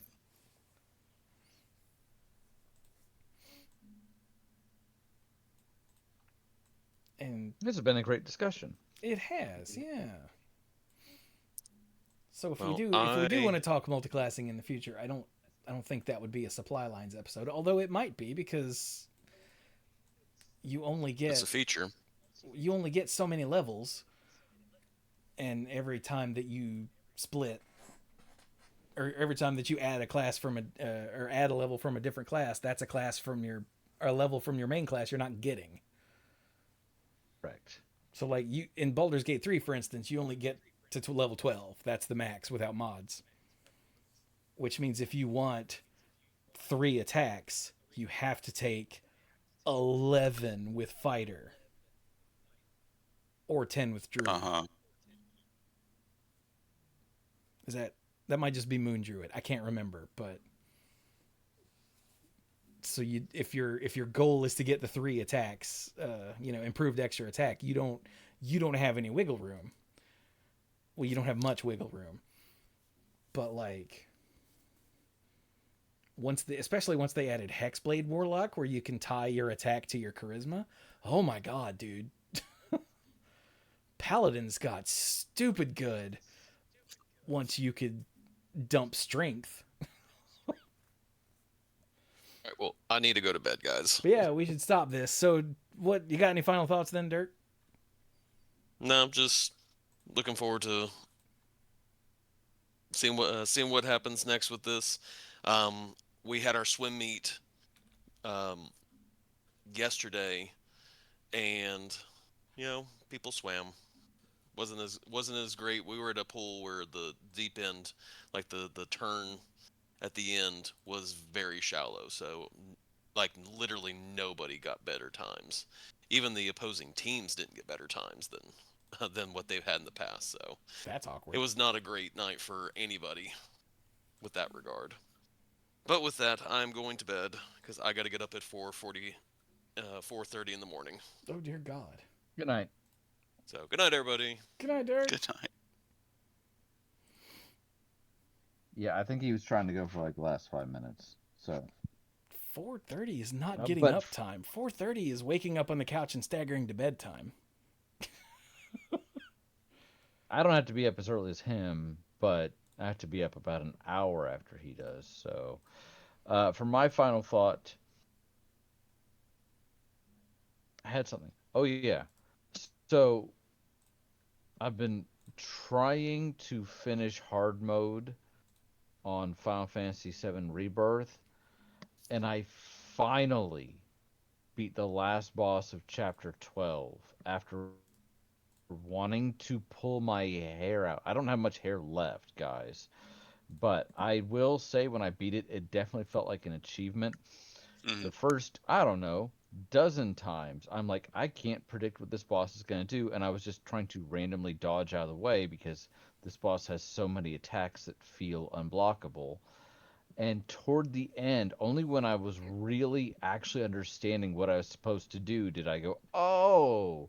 And I'm not saying it was easy. It was not easy, but it actually felt doable. So, hey, progression. And then I was going around and doing some of the open world stuff before I start chapter 13. And I was like, let me go back to the Coliseum because certainly I'm way better at combat than I was before and try to clear out some of these missions that I haven't been able to do. And that was last night. And I spent, I think, an hour and a half basically not getting anything done because there's a battle in the Coliseum where I die 60 seconds into the fight. And I'm like, yeah, I'm still not the best at this. I remind myself I beat Remake on hard, and so I think I can do this, but there's a part of me that says, Brian, you can put this down, you can play other games, but there's another part of me that says, but I haven't finished this one yet. So I'm, and I think when I beat the final boss of the last chapter of hard mode, if I haven't done everything else, I think I'll be okay with that. But anyway, So, how many chapters Uh, are there? 14. So, you're almost there. I'm almost there. And there were some boss battles in hard mode early on, even though my character's levels are maxed out, that I was like, how do I do this? And then I figured it out. I'm like, okay, cool. But I knew that 12 was coming because this was the only boss on normal mode that I had to try like over 10 times. That I was like, I don't understand. And so I knew this was coming. And the game's been out for a little bit. I'm not going to give away the details, but it comes at the end of a gauntlet. And I did not want to do the entire gauntlet over again. It gives you the choice of, do you want to start this battle from this guy? And I'm like, yes, I do. But as far as like changing my equipment or whatever, if I changed it for this one, it would have. I was clearing the other ones pretty consistently. I didn't want to mess with that. So, I remember Bill mentioning this being a problem. It's a He said headache. there was a long ass gauntlet, and you don't get a chance to change equipment in between them, and the equipment that you want for the early stuff is Is like not. the exact opposite of what you want for the later Yeah. stuff. So you have to either Yeah. slog through the early stuff and hope to get through the late stuff, or have an easier chance with the late stuff, or breeze through the early stuff and hope to get through the late stuff. I'm like, this sounds like bad game design. He said it feels like bad game design. It is. It is doable, and once again, when you get it, it's rewarding. I don't know that I'll ever be like, I want to pick that up and do that again, because, uh, but I'm glad that I did it. Nice. So that's game and life, and then work life has been insane lately. I've had multiple trials set this week, and I have one more tomorrow, so I'm gonna pull a Dirk. No, I do this all the time too, but I'll be heading out in just a minute because I need to get ready for tomorrow. But this, I've really truly enjoyed this conversation. We're on the holiday season, and I hope that you, dear listener, wherever you are, I hope this finds you well and healthy and safe and happy. And I hope that this holiday season, whether you're listening to this in December of 2025 or in the far flung future, or anywhere in the middle, I hope that you are doing well.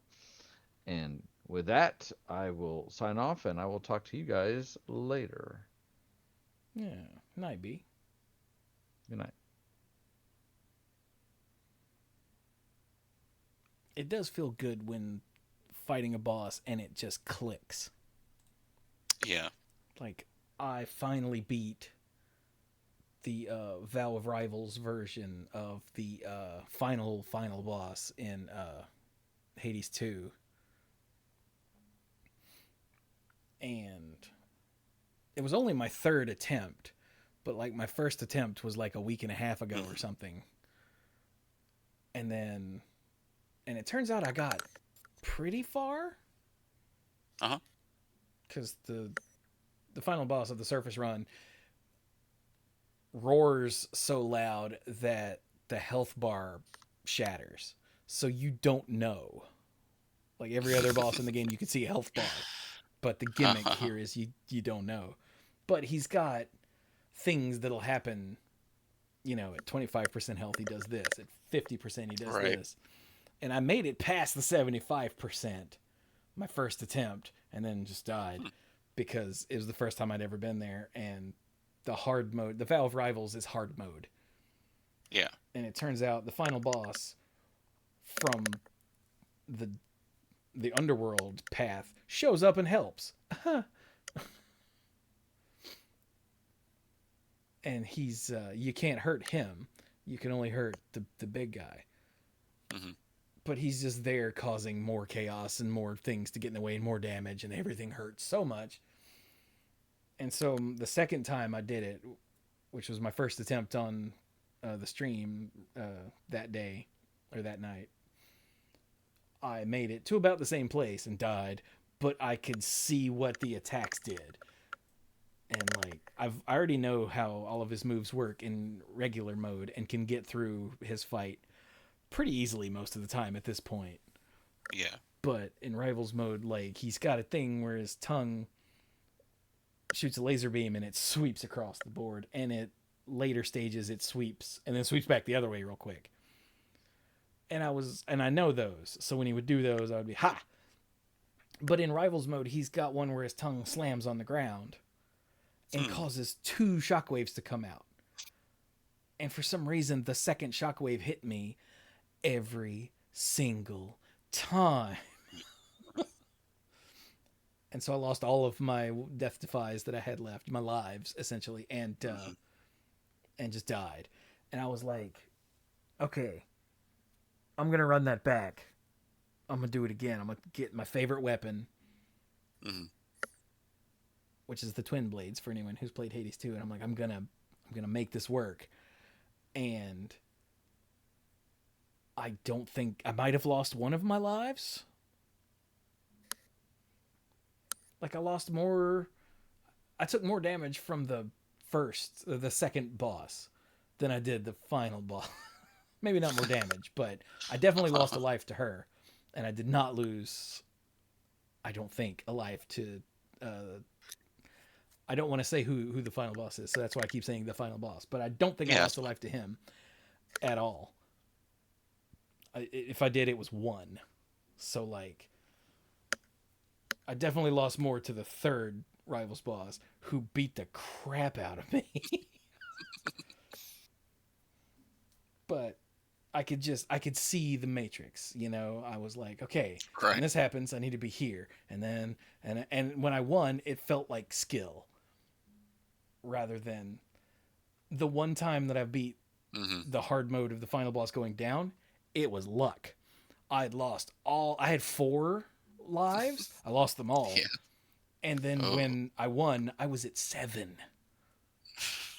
My max health was in like I want to say the mid to high 200s.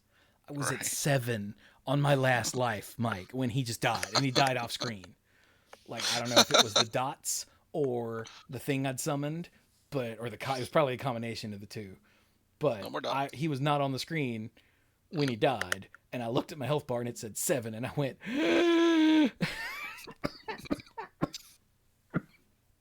I have not gone back and tried that fight again. But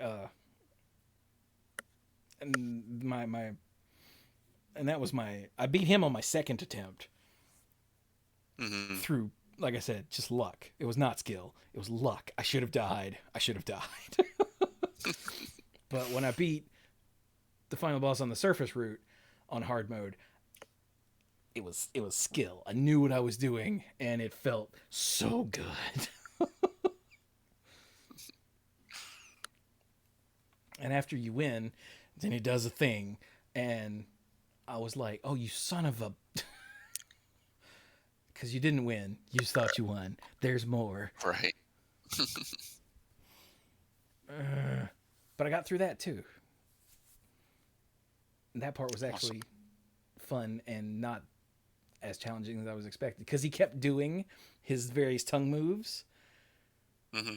And no lasers were coming out because he was out of juice. So, ha! Suck it, nerd.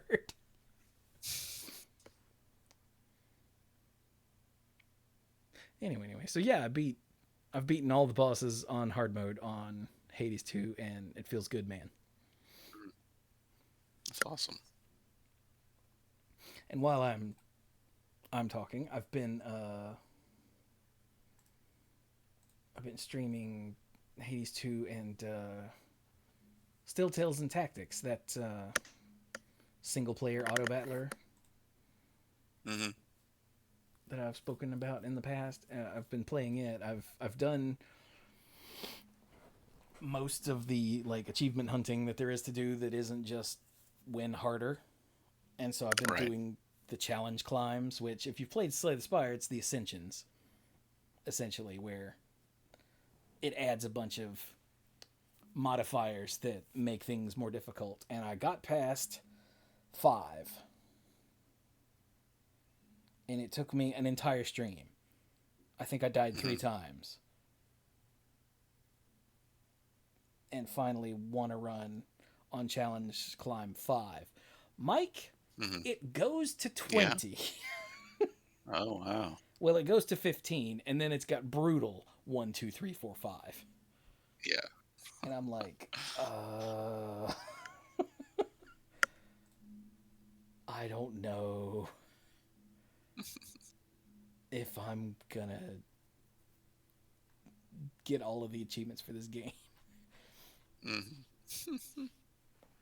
Because I can't figure out. Mike, I beat Challenge Climb 4 on my first try. Okay. Challenge Climb 5 adds more stuff, but it's all stuff that happens after the first act. 2 of my 3 deaths were in the first act, and they weren't close.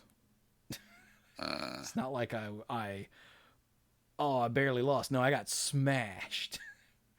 And that was like, this has nothing to do with the difficulty modifiers for the climb I'm on. What?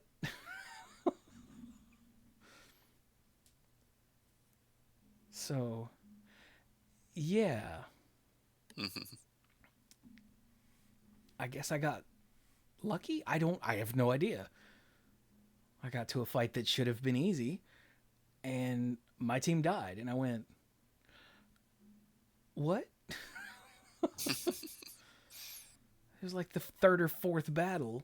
My entire team was Yeah. level 2, and I had like 3 traits active. I'm like, how did I not win? What? Oh no, I have to actually use strategy. Son of a bitch.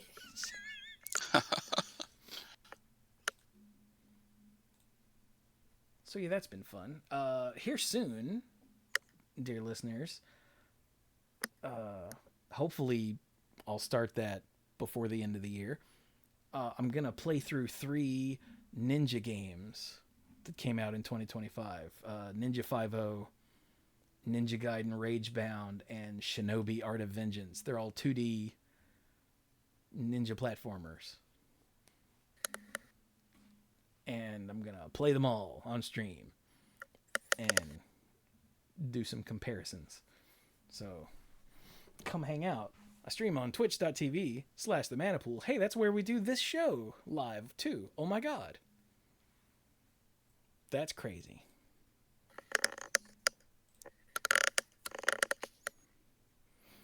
Man, your headset sucks.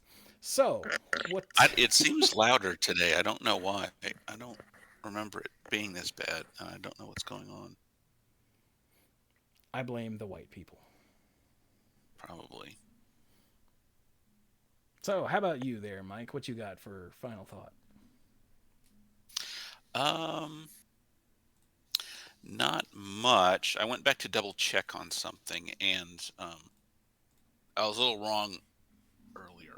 The fourth edition action system, it wasn't major move minor. It was standard move minor in terms of the types of actions you could do during your turn. And it wasn't just that those were your options; they were treated as slots. So you could spend a given type of action slot on a smaller action if you wanted to do it that way. So if you wanted to move twice, you could use your standard slot to do another move. If you wanted to take another minor action, you could use either your standard slot or your move slot to do another minor action. So Interesting. that was pretty cool. That added some more flexibility in certain situations that was neat to play around with sometimes.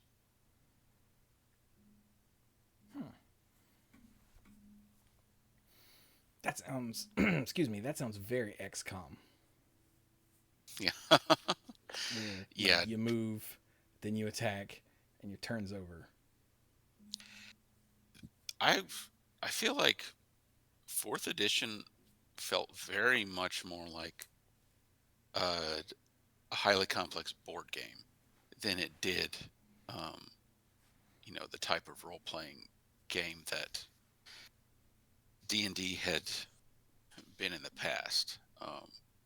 Fifth edition was a hard turn back to older style play, and honestly, it was for the better. It was more like itself again. Thank goodness. Mm-hmm.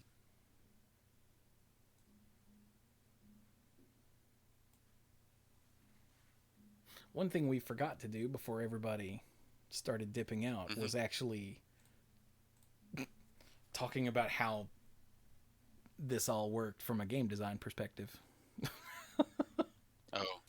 Oh well. Yeah. But gives you limits on what you can do, and as a Magic writer loves to say all the time, restriction breeds creativity. Yeah. And it's limiting down how much you can do so that when you do things it means more, it matters more. Yes. Your decisions really count. Yeah, if you've And got it's easier to make the decisions because you have things to choose from. exactly, if you can do 18 things in a turn, then any given one of them doesn't really matter. Mhm. But if you can move, action, bonus action, and that's all you get, then each one is super important.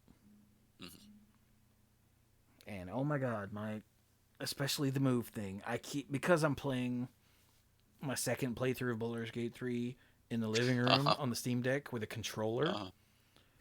Sometimes I don't know the cursor is not where I think it is, and I click to move, and someone starts running in the opposite direction to run around something, and I'm like, stop, stop, Uh-huh. stop, stop.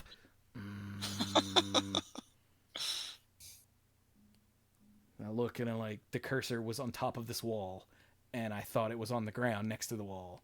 So instead of taking 4 steps that way, they started hoofing it in the other direction to go out the door, to climb up, to get on top of the wall. I'm like, what are you? Stop! Jesus Christ! I'll kill you all! I swear. Or you're trying to like go around an enemy and you end up its nose. That has happened before too. Yeah. The worst is when I don't realize that I'm still on ranged attack, and I click to Mhm. move, and my idiot character shoots their bow at that spot of Phew. ground, and I just stop and look at the screen like, what, what?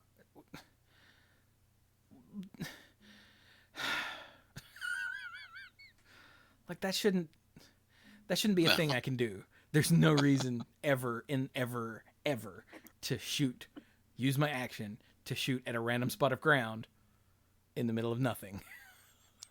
Yeah, it's like, are you not even going to give me an "Are you sure?" pop up? It's like, come on, man. I think there's a mod that actually doesn't let you click on nothing when you've Oh. got attack or a spell or something like that chosen. Uh-huh. And I'm like, oh, maybe I should install that mod. Because it happened. It wasn't the same combat, but it was the same play session where I just heard the crossbow go thunk, and I'm like, what? No, mother.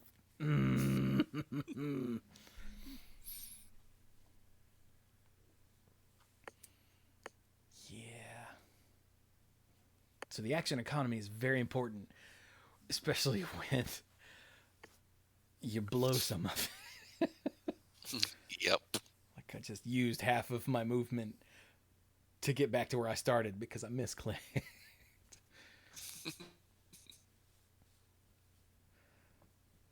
a thing that people say when Dark Souls does some random BS and kills them is just, oh yeah, thank you Dark Souls. And I feel like that's what Baldur's Gate 3 and oh yeah, thanks Baldur's Gate. That's what I get for playing with a controller, I guess. But I want to play it in the living room. So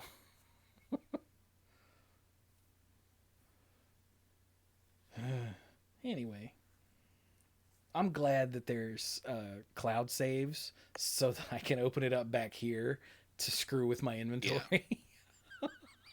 And then go out there and do like exploration and combat. Because I gotta say, moving my character with the thumbstick, or my party rather, with the thumbstick is super cool. When I've been click and just like I move the map as far over as I can go and hit click, and then I have to sit there and wait because there's no run faster button. I'm like, this is the sort of thing that like quality of life where there needs to be like an out of combat dash, like run fast, sprint, run faster when I'm just walking around. That's not part of combat because. And the pathfinding sometimes is so silly that it takes them even longer. I'm like, where are you going?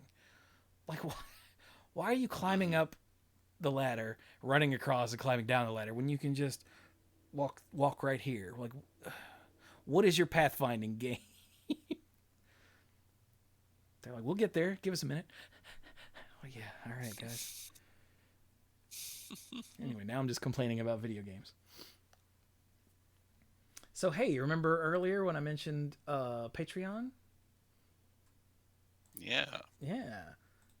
If you want to be a lifeguard, you should go to patreon.com/themanapool and you can get access to stuff. You know, like the odds and ends. And also the sponsorship shout out for our mythic lifeguards like Al and Kim Ho and Scuzzo and Jake Jansons and Michael and Timu Hellas Haryu and Violet Moon and Casey and ALK Alters and Andrew Odie and two people that I don't necessarily trust, Jason Kaus and Jason Doan.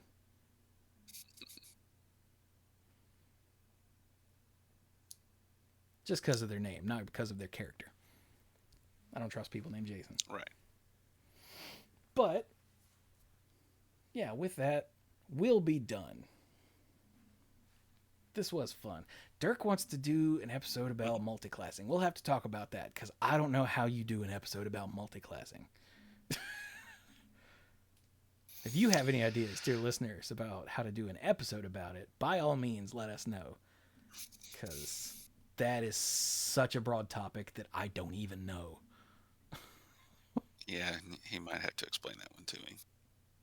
I mean, he might just want to talk about stuff, which is cool. I could talk about Baldur's Gate 3 builds literally all day. Right. Literally all day. Karlak is going to be a giant barbarian Way of the Open Fist monk, just so her big kick that they get, it counts as an unarmed strike.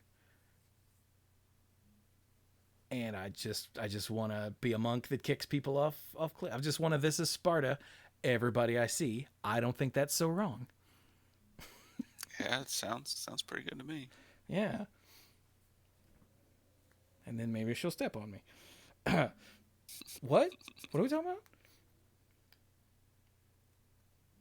Also, every character in Baldur's Gate 3 has a dark mommy problem. It's really weird. Mm-hmm. Except for the player character. And I guess if you're doing a Dark Urge run, the Dark Urge has a dark mommy. Dark daddy issue. But still dark, still a parental thing. It's really messed up. Anyway, we're going to stop now because this episode's gone long enough. So, this has been our D&D Combat Supply Lines episode. Let us know what games that you think we should take a look at the resource management in. That was a very tortured sentence. It was up there. If there's a game, and in that game there's resource management, and there's resource management in all games, so don't give me the, no there's not, and you want us to talk about it, then let us know. And if we have any experience at all with it, maybe we will. But with that, this has been episode 741 of the Mana Pool. Thank you all so very much for listening, and don't use your movement wrongly.